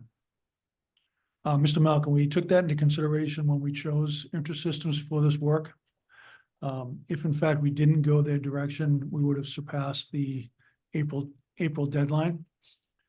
They have not only are they highly familiar with our environment, but they bring in resources that we know will get the job done and give us results required. What we're trying to do is we're trying to identify any deficiencies and single points of failure and any additional requirements in order to support the reservation system that will be cloud-based. You're comfortable with them? Very much so. Thank you. Mr. Jones? Now, here I go again, asking a question beyond my knowledge. I've done a lot of research on AI and what's happening to this whole, internet and cyberspace, that's going on right now. And one, comment was made that everybody should have aboard an AI expert. Our IT department is moving forward at lightning speed as far as I'm concerned. And I think, just any board or whatever is they're probably behind the curve as soon as they open their doors. And I think we're playing a lot of catch up. So the question is, should we be considering to get someone aboard to help us with AI? Do we? I know we've got immediate problems that are going to take the majority of your time here, but this is the new frontier, and it's huge. It's just huge, and you're going to the cloud, which I've often wondered where the devil that cloud is. But nevertheless, I look out the window every day and say, there it is. But anyways, I'm being a little facetious, but the question is real. Should we be starting into that? That AI can help us with reservation systems, shipbuilding. Doesn't matter, what it is. I mean, it's kind of universal, and I don't know even the first thing about programming it or using it. So the question is, should we be looking for, a technician? The question was on the board. Yes, Excuse me? was the question an AI expert for the board? Yes, internal. On board. Yes. Oh, I'm sorry, on board, sorry. On board. There is definitely going to be a usefulness of AI within applications internal to the organization. And I would imagine the reservation system purveyors that we select have some degree of AI built into their services today, if not into the future. AI is here to stay, and I think you have to be cautious in your approach. I think you have to be highly selective in what you address with it. But yes, I think it wouldn't hurt to have AI capabilities within the organization. Yeah. As I said, my question is beyond my knowledge. And therefore I have to ask, somebody like yourself, where we're heading. That's all. Yep. Thank you. Sure. Is there a motion to approve this procurement request? All right, made by So Mr. moved. Malcolm. Any second? Second. Seconded by Mr. Jones. Any further discussion? Roll call vote? Malcolm, I. Granny, I. Jones, aye. Jeffrey, I. Thank you. All right, the third item, authorization to purchase an HVAC heating and condensing unit. I would like to defer that one as well. All right. So next, request for authorization to execute an annual subscription renewal with Granicus, subject to GSA MAS 8F contract. This purchase is for an annual one-year subscription renewal for Granicus targeted messaging service with Granicus at Carasoft of Reston, Virginia, for a total contract price of $113,000. Granicus is the services that we use to provide our messaging for trip cancellations and the like. So it enables the authority to easily connect and to engage with our patrons, targeting the segments of of our audience with messaging. We have access to a network of over 300 million subscribers that Granicus has. So this renewal is necessary for emails and SMS text messages originating from the Steamship Authority reservation system, and the auxiliary applications to continue without interruption.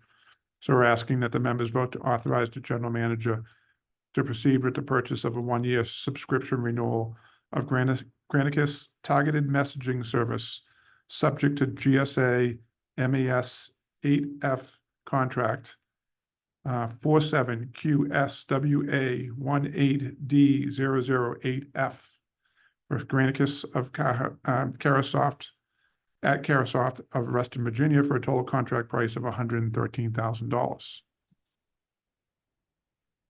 Mr. Malcolm. Thank you. Bob, would it make sense, maybe this is a Stephen or Bob question, would it make sense to see if Granicus might also do a review of how we use their system and inform our patrons, as you said, or clients or passengers, to help with our external communication to the traveling public? Not just their hardware, but I'm sure they're familiar with other clients who use the system to notify people, and it might behoove us to have them look at how we do, how we work with their systems and what improvements they might know from their other clients that might be relevant to us. The first summit is to Stephen, but it doesn't sound like a bad suggestion. But I'll let Stephen comment further. I'm more than happy to do that for you, Mr. Malcolm. I think it's a great idea. Thank you. Excuse me. Jim, you said their hardware. Are we using their hardware or software or both? No, if I said hardware, I was incorrect, Mr. Jones.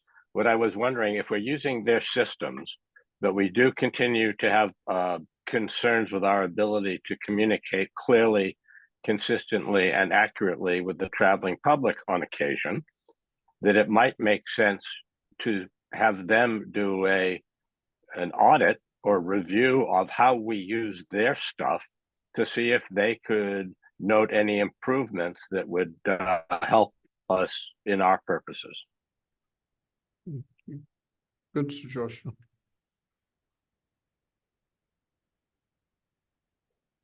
Any other questions? I do have, Mr. Coleman, a question in terms of their data retention and then portability as we're looking at, as we have the RFR out for the new reservation system.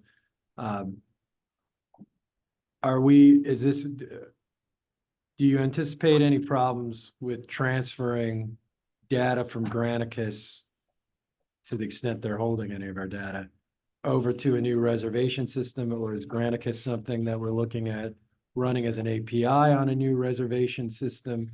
And then I guess is our reservation system currently, our legacy system, communicating with Granicus? Are we just porting over data, or is there like an actual plug-in API?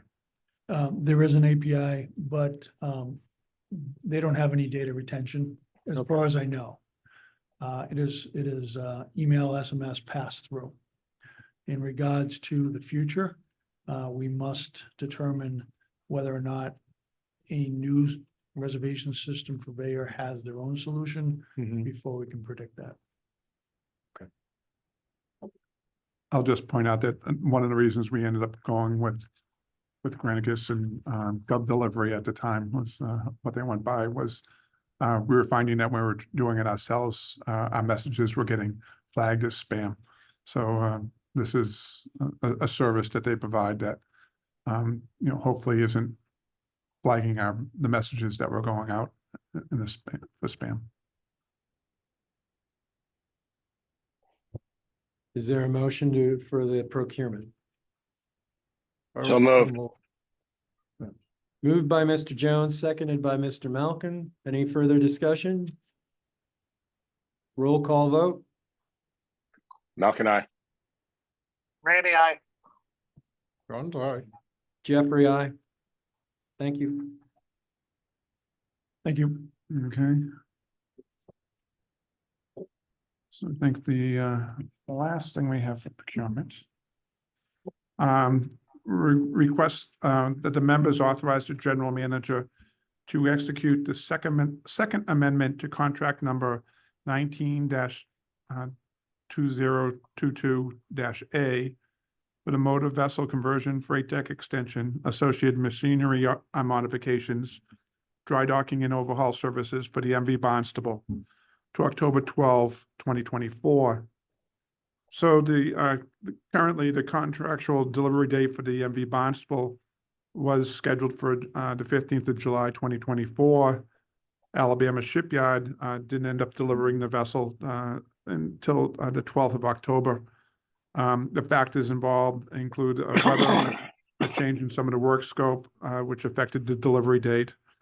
So in terms of the work scope, the biggest issue was that the authority issued change order CC 0-129B on the 3rd of July to Alabama Shipyard for revisions to the engine room entrance as the forward bow into the forward bow thruster room. As part of the damage stability modifications to a subchapter H vessel, a 24-inch threshold was required to change the down flooding angle. In the original configuration, a crew member crossing the elevated threshold would be landing on a step in a passageway, resulting in an unsafe condition. So we had to rearrange that entrance. As a result, the modification resulted in a 76-day delay in the delivery date, in our estimation. They also were impacted by Hurricane Beryl, Hurricane Helene, affected the Coast Guard attendance during the July through September periods at Alabama Shipyard. So inspections were halted during those periods by approximately 7 days for each of those dual events. So we're seeking authorization for the general manager to execute the second amendment to contract number 19-2022A for the motor vessel conversion, freight extension, associated machinery modifications, dry docking and overhaul services for the MV Barnstable to October 12th, 2024. Mr. Jones? Just a quick question, is that the bulkhead door that has a lip, or do you have to walk over to get down into the engine room? Correct. Okay, so you're gonna level that out, put a platform there, and so that you don't have to go over that lip? No, that the conditions that you saw previously are the conditions that we have to have for that. When the Coast Guard was, and Mark can comment on this as well. When the Coast Guard came, one of the things was that we have to have a protection from downward flooding. And the position of the door previously was it went out 90 degrees from where it is right now and went out into that hallway outside the emergency generator space. So we had to move that because that would have effectively blocked that. It would have been a hazard to have that step right there in the middle of the aisleway. So the solution was to move it to 90 degrees over to the current position and to have that. So the work was done, and what we're just want to point out is that as a result of that, there was a delay that the shipyard, because it was late in the process, that the shipyard had in terms of the delivery date of that vessel. So we want to remove that and adjust the contractual delivery date. Thank you.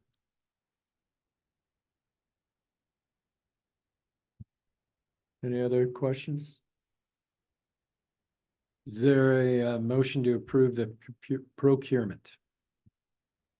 Motion to approve. Mr. Malcolm raised first. Mr. Malcolm moves. Mr. Jones, you second? I will. All right. All those any further discussion? Seeing none, roll call vote. Jones, aye. Mr. Malkin? Mr. Malkin's aye. Mr. Rainey? Randy, I. I think that we have to have. Do we have to have? Malcolm and I audible. Thank you, Jim. Jeffrey, aye. It's unanimous. All right, moving on. Highlight of the meeting, staffing and recruitment. Yeah.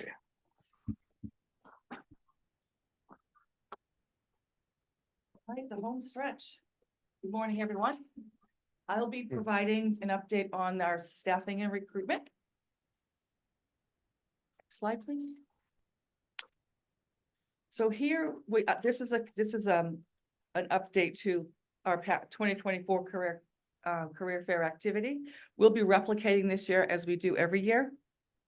Last year, we were fortunate with Mass Maritime. We were able to recruit 6 cadets, 4 cadets from Maine. And we will be starting next Tuesday at Cal Maritime. Jill Russis, our fleet operations manager, will be attending Cal. And then in March, we'll be having 3 maritime events at SUNY, Texas A&M, and Maine Maritime. And then Mass Maritime will be in April. Next slide, please. Sorry. Yep, okay. So as far as the high schools, we honestly are attending all local high schools as well as vocational high schools. We were able to recruit in the past couple of years. We recruited 2 from Upper Cape, 4 from Falmouth High School, 2 from New Bedford, and 1 from Fairhaven.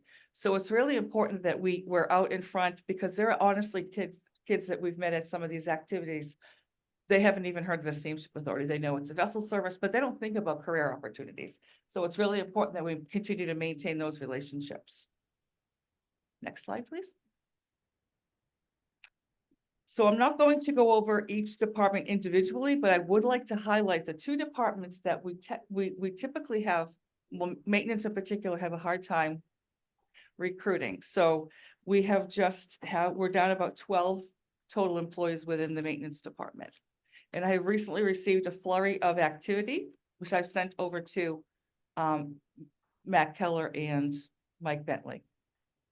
But I do believe that with the contract negotiations, the increase in the rates of pay have definitely piqued some interest. So I'm hopeful that we'll have those filled. Next slide. Vessel. So the vessel, it's interesting, when we hear that we have a hard time recruiting vessel employees, I simply don't find that to be true. As you see here, it's fully staffed at 270 projected employees. So when we look at the captains and the pilots, right where they should be. And Joe also has 5 captains in training that he's hopeful will be ready for the summer schedule. So I'm confident, and I've talked to the other terminal locations, parking lot manager, the staffing levels are definitely comfortable with those projected numbers for this year.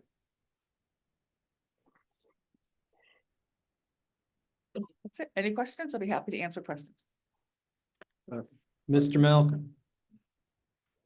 Hi, am I on? Yes, I'm on. Hi, Janice. Thank you for that. I'm pleasantly surprised at what you're telling me. How many current positions do we have open? Current positions, let me think. In the maintenance department, I just said we're down 12. And as far as the terminal locations, we're fully staffed. We just recently hired a terminal manager for Nantucket. As far as administrative positions, we have the maritime positions open. Director Marine Ops. How many? I'm sorry? No, I'm interested. Sorry, Janice. I'm interested in raw numbers. How many open positions do we have in each category right now? I would say 4 in the maritime, 12 in maintenance. And as far as I know, that's 1 in terminals. But that's gonna be right. One in the terminals. So Other than that, we're staffed. So we are fully staffed then in our licensed deck officers? Yes, for our summer needs as well? yes. Mhm. Okay. Mhm. You and I are going to be talking with ACE MV for the other board members. That is an adult continuing education program at Martha's Vineyard High School. We're going to be reaching out to them to see if we can interest graduates and graduated people locally to get involved with the Steamship Authority. Are there other efforts that are ongoing that you haven't touched on? I will be actually out at Martha's Vineyard Regional High School for their upcoming career fair. I believe it's in April. Right. Yeah. Yes, it is. But again, the career fairs at the local high schools and vocational schools will be there, will be present. Okay, so you will be in the local areas then. Thank you. Yes, yes. Any other questions? Okay. I had one more, which is about retention. Can you talk about retention? One of the concerns that we're hearing, and this is anecdotal, and so I'm interested if we have any numbers about the retention rates that the Steamship Authority has with its employees and staff. Sure, we're at a 71% retention rate, which is higher than the industry standard. So I mean, I'm honestly comfortable with that number. I don't know how you feel, but that to me that's a comfortable number to be. I don't know what your thoughts are on that, Jim.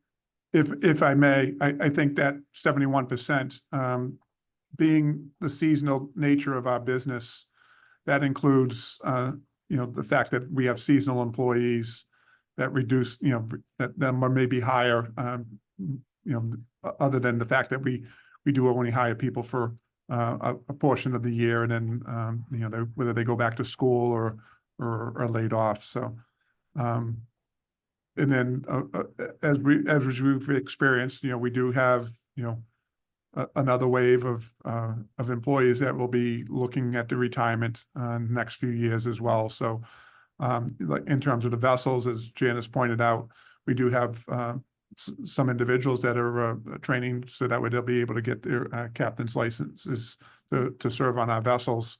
But we continued the program that we had in terms of sending vessel crew members off for training to become able-bodied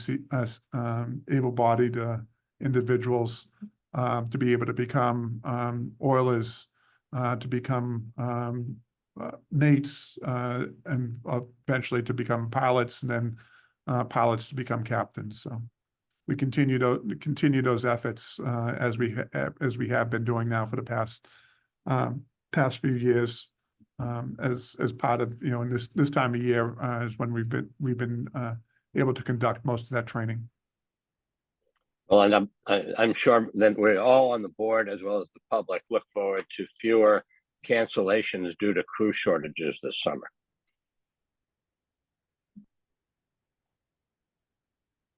Any other questions? I do have a couple. I guess my first would be, with the projected, especially looking at the vessels staffing, by projected, when is the onboarding date? When will we know if the projected actually become actual employees? What is their date to be hired on in service working for us? Right around March is when the summer groups start coming in, so. All right. So what I have to say, I would like to see from the board is, especially this vessel staffing level slide, looking at it in February and then looking at it again in March, and from projected, budgeted, and actual. I guess the other concern I have in going to like crew cancellations, I know that we've budgeted for 27 captains and 32 pilots, and we have that projected, but we're talking about 10 vessels in operation. Do we have the right captains and pilots who are going to be certified to operate the vessels that we need? I mean, how many captains do we need certified to be able to operate the Island Home versus the Nantucket versus the Martha's Vineyard or the Governor.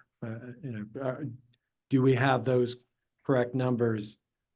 So that we don't have one captain calling in sick and then canceling an entire round of vessels because we don't have another captain who has time left to operate that vessel. I guess that it's probably a port captain question. Sure. You need to come up. I guess part of it is, are we budgeted? It's great, we have projected budget, but are we budgeted adequately? I guess it's kind of my question. To answer the question beforehand, you said onboarding. All those people we are training are full-time employees anyway, so they're just getting their licenses. They're getting they are in training. They've worked here for so many years. We don't have to onboard them. Okay, they're just getting promoted within. All the captains here, except for the fast ferry, should be able to drive all the other boats, all the conventional ferries. So we pay for recency. So if I needed to go to, like, I'm gonna train on the Barnstable eventually, so I know how to drive the boat. And if somebody doesn't know how to drive the Island Home, we tell them to go over there, train without interrupting the operation. So one person calls out sick, that person can go from the MV to the Island Home. It's the fast ferry, which is or mandated by the Coast Guard, where training and recency has to go on the COI. So, okay. And I guess to follow, are we experiencing the same delays with licensing with the Coast Guard this year, or are they getting worse? They are, I would say, getting worse. They're getting a little bit better, but I just renewed my MMD and it took me 4.5 months. So with everything, the application was accepted. It just goes to Washington and I think the other piece of that is that the crew members that are currently going to get their pilotage are going under the previous program in terms of drawing their charts, but on a going forward basis, the Coast Guard is switching over because they're going to be eliminating paper charts, so they're going to be going to electronic charts. So that'll be another thing that we'll need to make sure that we're working with our crew members to be able to develop those skills to be able to do it on an electronic basis. And the other piece of it is that for the past few years now, we haven't been where we used to be laying off vessel employees in wholesale over the winter time. We've been keeping those employees on, trying to encourage, so that we were not losing them, but we're also, it gives us the opportunity to be able to send off these groups for these training programs that we have in place, as well as the repair that's taking place in Fairhaven. So, any other questions from the board? I'm just glad to hear that we're at budget. And I think the next time, you get interviewed, tell them we're at budget. Yeah, that's the message that I wanted to really get across is that, we are full, we're staffed and we're ready with the budgeted numbers in addition to the 5 that we have that will hopefully be available for the summer. So we are not, I think I'm comfortable with the level that we're at. Yeah. Keep up the good work. Spot. Anyone else? No, but I'd like to thank Janice. She's put a lot of effort into this. Not a lot of it is sane, but the ability to explain this, I think, is very positive. So thank you. You're welcome. My pleasure. All right, thank you. All right, thank you. Is there any other old or new business from the board? All right, seeing none, we will move. Oh, sorry, you disappeared for a second, the virtual world. Seeing none, I guess we will move to public comment. Oh. Who's there? No, I think that was from Jim's open mic. Anyone with public comment can hit the raise your hand icon online and got it. Is it Alicia? Yes, it is. Alicia? Okay. Hi, thank you. Just two quick points that I really wanted to make here. The first one is the callback situation for the what you guys are calling the blue line. I'm a resident of Martha's Vineyard. I'm just the first issue that I thought of right away is, let's say my husband is off island and he's getting a text or call, but that number is going to come into my phone because that's what's on the account. So I just see that already being a big issue where there's going to be a lot of miscommunication for like multiple people on one profile, if that makes sense. And then my other one is that I just am hoping that the board will vote yes on adding an additional person to the GM search committee. That would just be greatly appreciated. I think would make a huge difference. Thank you. You.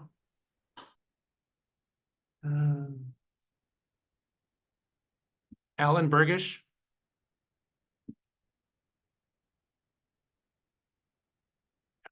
Thank you. I have two quick questions. The General Manager Search Committee voted yes to add to a person from the community to their committee. We assumed you would vote on this decision today, and it's kind of disappointing that it wasn't on the agenda. When will this vote take place?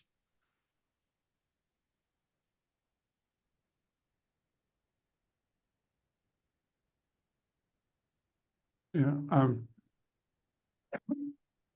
I apologize. I was away from one of the meetings, so I'm not sure what this pertains to.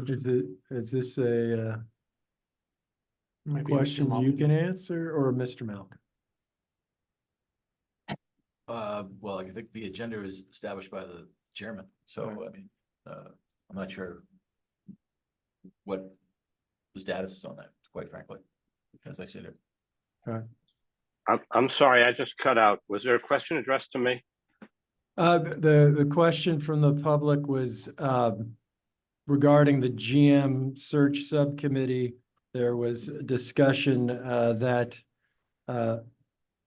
another member was going to be added from the community, and disappointment that it wasn't on today's agenda. So I didn't know who was best to answer that question, or if we could answer it at this. Okay, I'll answer that. The committee isn't ready to, the board isn't ready to deal with that issue at the moment, but we'll deal with it as soon as possible. All right, thank you. Alan, did you have another point, or was that your question? As I understand it, there's a current search on for a new COO. Is an RFP going out for this? And why would you hire a new COO before a new general manager? So I'll address that one. There is no, it's not a RFP for, we did start, we did have the interviews of candidates already for the COO position, and anticipate making that decision, coming up, so this week.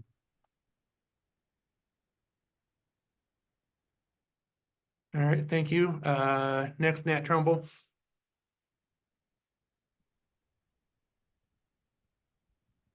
My question concerns the events related to the removed traffic island and curbing on the perimeter of the Woods Hole terminal property. And Falmouth Enterprises story on Friday explained that the steamship authorities agreed to pay for reinstalling the traffic island and curbing that the town said the authority illegally removed from town property. And further on, no permits were ever requested by or given to the authority for the work, and the town was never notified of the removals.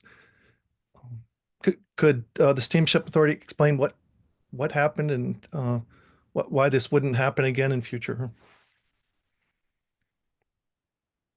So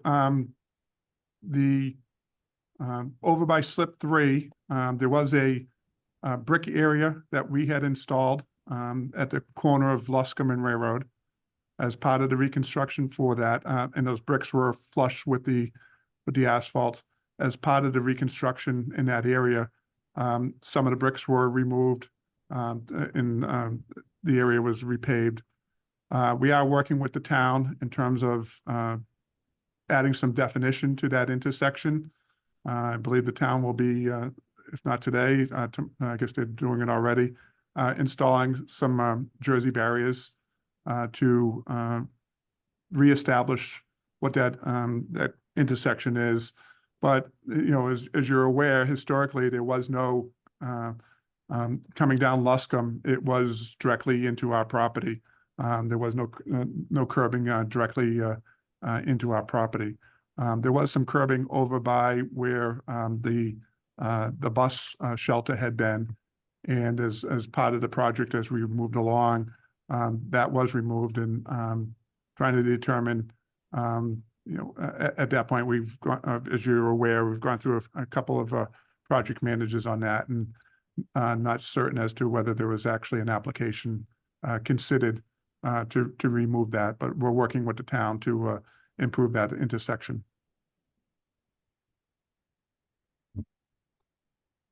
I have a follow-up, please, also related to the Blue Line topic and also the 530 boat.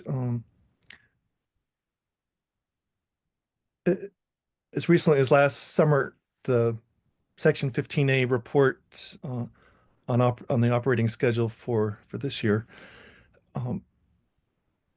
referenced the Falmouth Woods Hole Noise and Traffic Mitigation Working Group, to which I was officially appointed by the Falmouth Select Board. Why has that working group not been convened in the last almost 2 years? When I go back and look for the last minutes, it's been over 2 years. These topics would appear to be directly related to what that working group was discussing and trying to solve. Why not convene that group? We met probably over a dozen times. Suddenly it was never reconvened. My question is why? I guess we'd have to go back and reconsider whether that group can be reconstituted and the benefits. I think clearly the issues that were being brought up by that group, we took to heart, and we were you know, in terms of the messaging to the shippers as they arrive and everything. So you know, those are all issues that we continue to utilize you know, with our shippers. Well, and finally, related to this about the 530 boat, I believe Peter Jeffrey's question was about the necessity of the 530 boat going forward, and not about the passenger size in the Barnstable. If you could comment on that, please. Yeah, so it's not a change in the schedule. It's just a change in the assignment of the vessels to that schedule. So, you know, it is something that we feel, as we pointed out in our Section 15A report that the board approved, is that we do feel that there still is a need to be operating that trip. It may not be just for you know, commuters. It's also to get some of those multi-stop vehicles over to the islands sooner than later. So. Well, please check the hospital's latest view on this, because my understanding is the hospital did not no longer is stating that they require that 530 boat for their employees or medicine. Yeah. But that was only one factor. It wasn't the driving factor on this. Thank you. You. Amy Cody. Hi, yes, I'm Amy Cody here. I am following up on a question to Bob Davis about the hiring of the COO. And I'm assuming the way you described it, that this is an internal hire, that it won't be an outside hire with an RFP. And I'm wondering again, whether that person is going to be an interim replacement. so that the new GM can make a permanent hire themselves and choose a person who they think will work to advance their work the best way possible. So in terms of this, yes, it was opened up for internal candidates, and we had a number of individuals with a lot of strong strengths that I'm considering on who would be. It would not be on an interim basis because once that decision is made, there's going to be backfills that need to be done as well. So I do think we do have strong candidates internally for this position. And, had, this position been filled as as it was, 6 months ago, a new general manager, the search committee, that would be a position that already would have been filled. So we're proceeding on, need to get that position done, so that way we can get other positions lined up.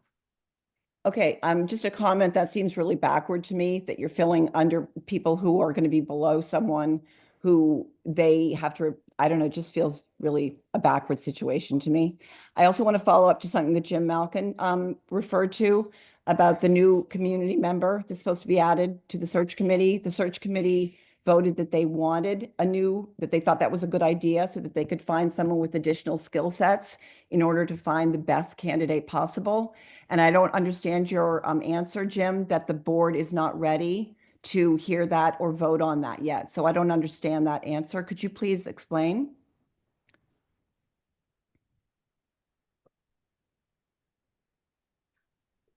Sure. Ordinarily, I don't respond to these because it's a business meeting. But yes, I'm not prepared to bring that to the board at this particular time. Okay, so that's the final answer. That's what you're giving me. Thank you. You're welcome. And Mary. Thank you very much and appreciate all the work that everybody is doing. I'm from Woods Hole, and I wanted to say I strongly support having a member from the community being on the committee, looking at interviewing and hiring the new general manager. So I just wanted to say that as a Woods Hole person, we strongly support that, or I do. And second one, I wasn't sure I fully understood the answer to the employment question associated with planning to have backfill when somebody is unavailable, and if your budget is structured sufficiently to allow enough onboarding of captains and others that during all times, high traffic and low, that you have sufficient people if there is illness, if we have some other issue that's causing you to not have a captain. I understood the cross training, but the totality of the trained and licensed captains and essential people to run the boat, I wasn't certain I understood the answer, and I was wondering if Janice could just, pardon me, I've got a cold, elaborate just a little bit or restate that answer, but thank you very much.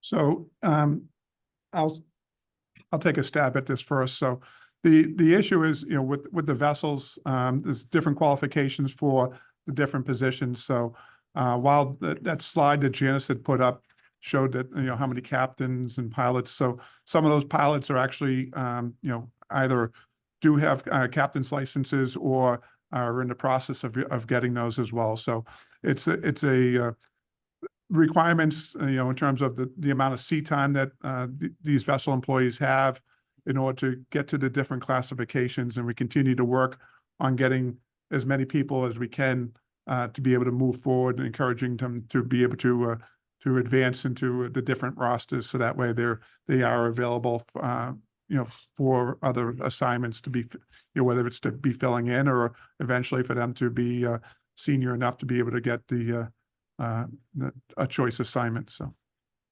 And thank you. I understood that part of it and that cross training, but the total number of employees available at this licensed category, are there going to be sufficient come the summer to do the backfilling that may or may not be due to retirement, due to illness, due to vacation, whatever the issue is.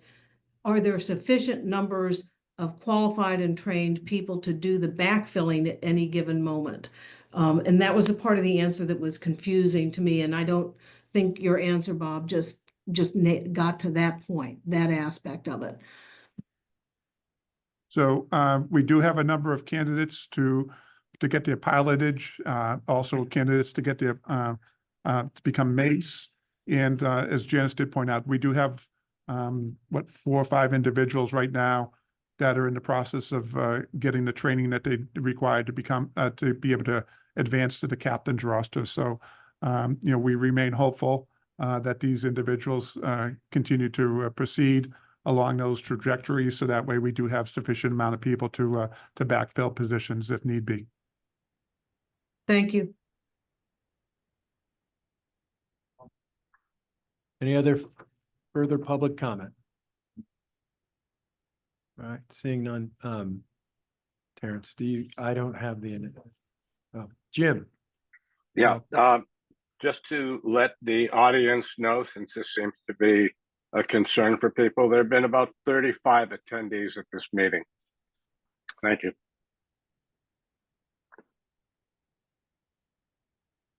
All right, with no further public comment, I'd like to make the following statement. I'd like to entertain a motion to go into executive session to discuss and approve the minutes of the authority's meetings in executive session on January 21st, 2025, and to review the authority's strategies with respect to collective bargaining negotiations and real estate negotiations, because a public discussion of these matters may have a detrimental effect on the authority's negotiating and bargaining positions. These matters include the lease with Samuel W. Macy Irrevocable Trust for Hyannis employee parking lot, and the anticipated and ongoing negotiations with Teamsters Union Local 59, SEIU Local 888, and MEBA District Number 1 PCD. The public disclosure of any information with respect to these matters would compromise the purposes for which the executive session is being called. After the conclusion of the executive session, we will not reconvene in public. Again, may I have a motion? So moved. Moved by Mr. Jones. May I have a second? Second. Second by Mr. Malkin. May I have a roll call vote, please? Malkin, aye. Randy, I. Jones, aye. Jeffrey, aye. Public meeting adjourned. We are going into executive session in about 5 minutes. Yeah. Rob and Jim, if you just want to sign off, then sign back in about 5. Thank you.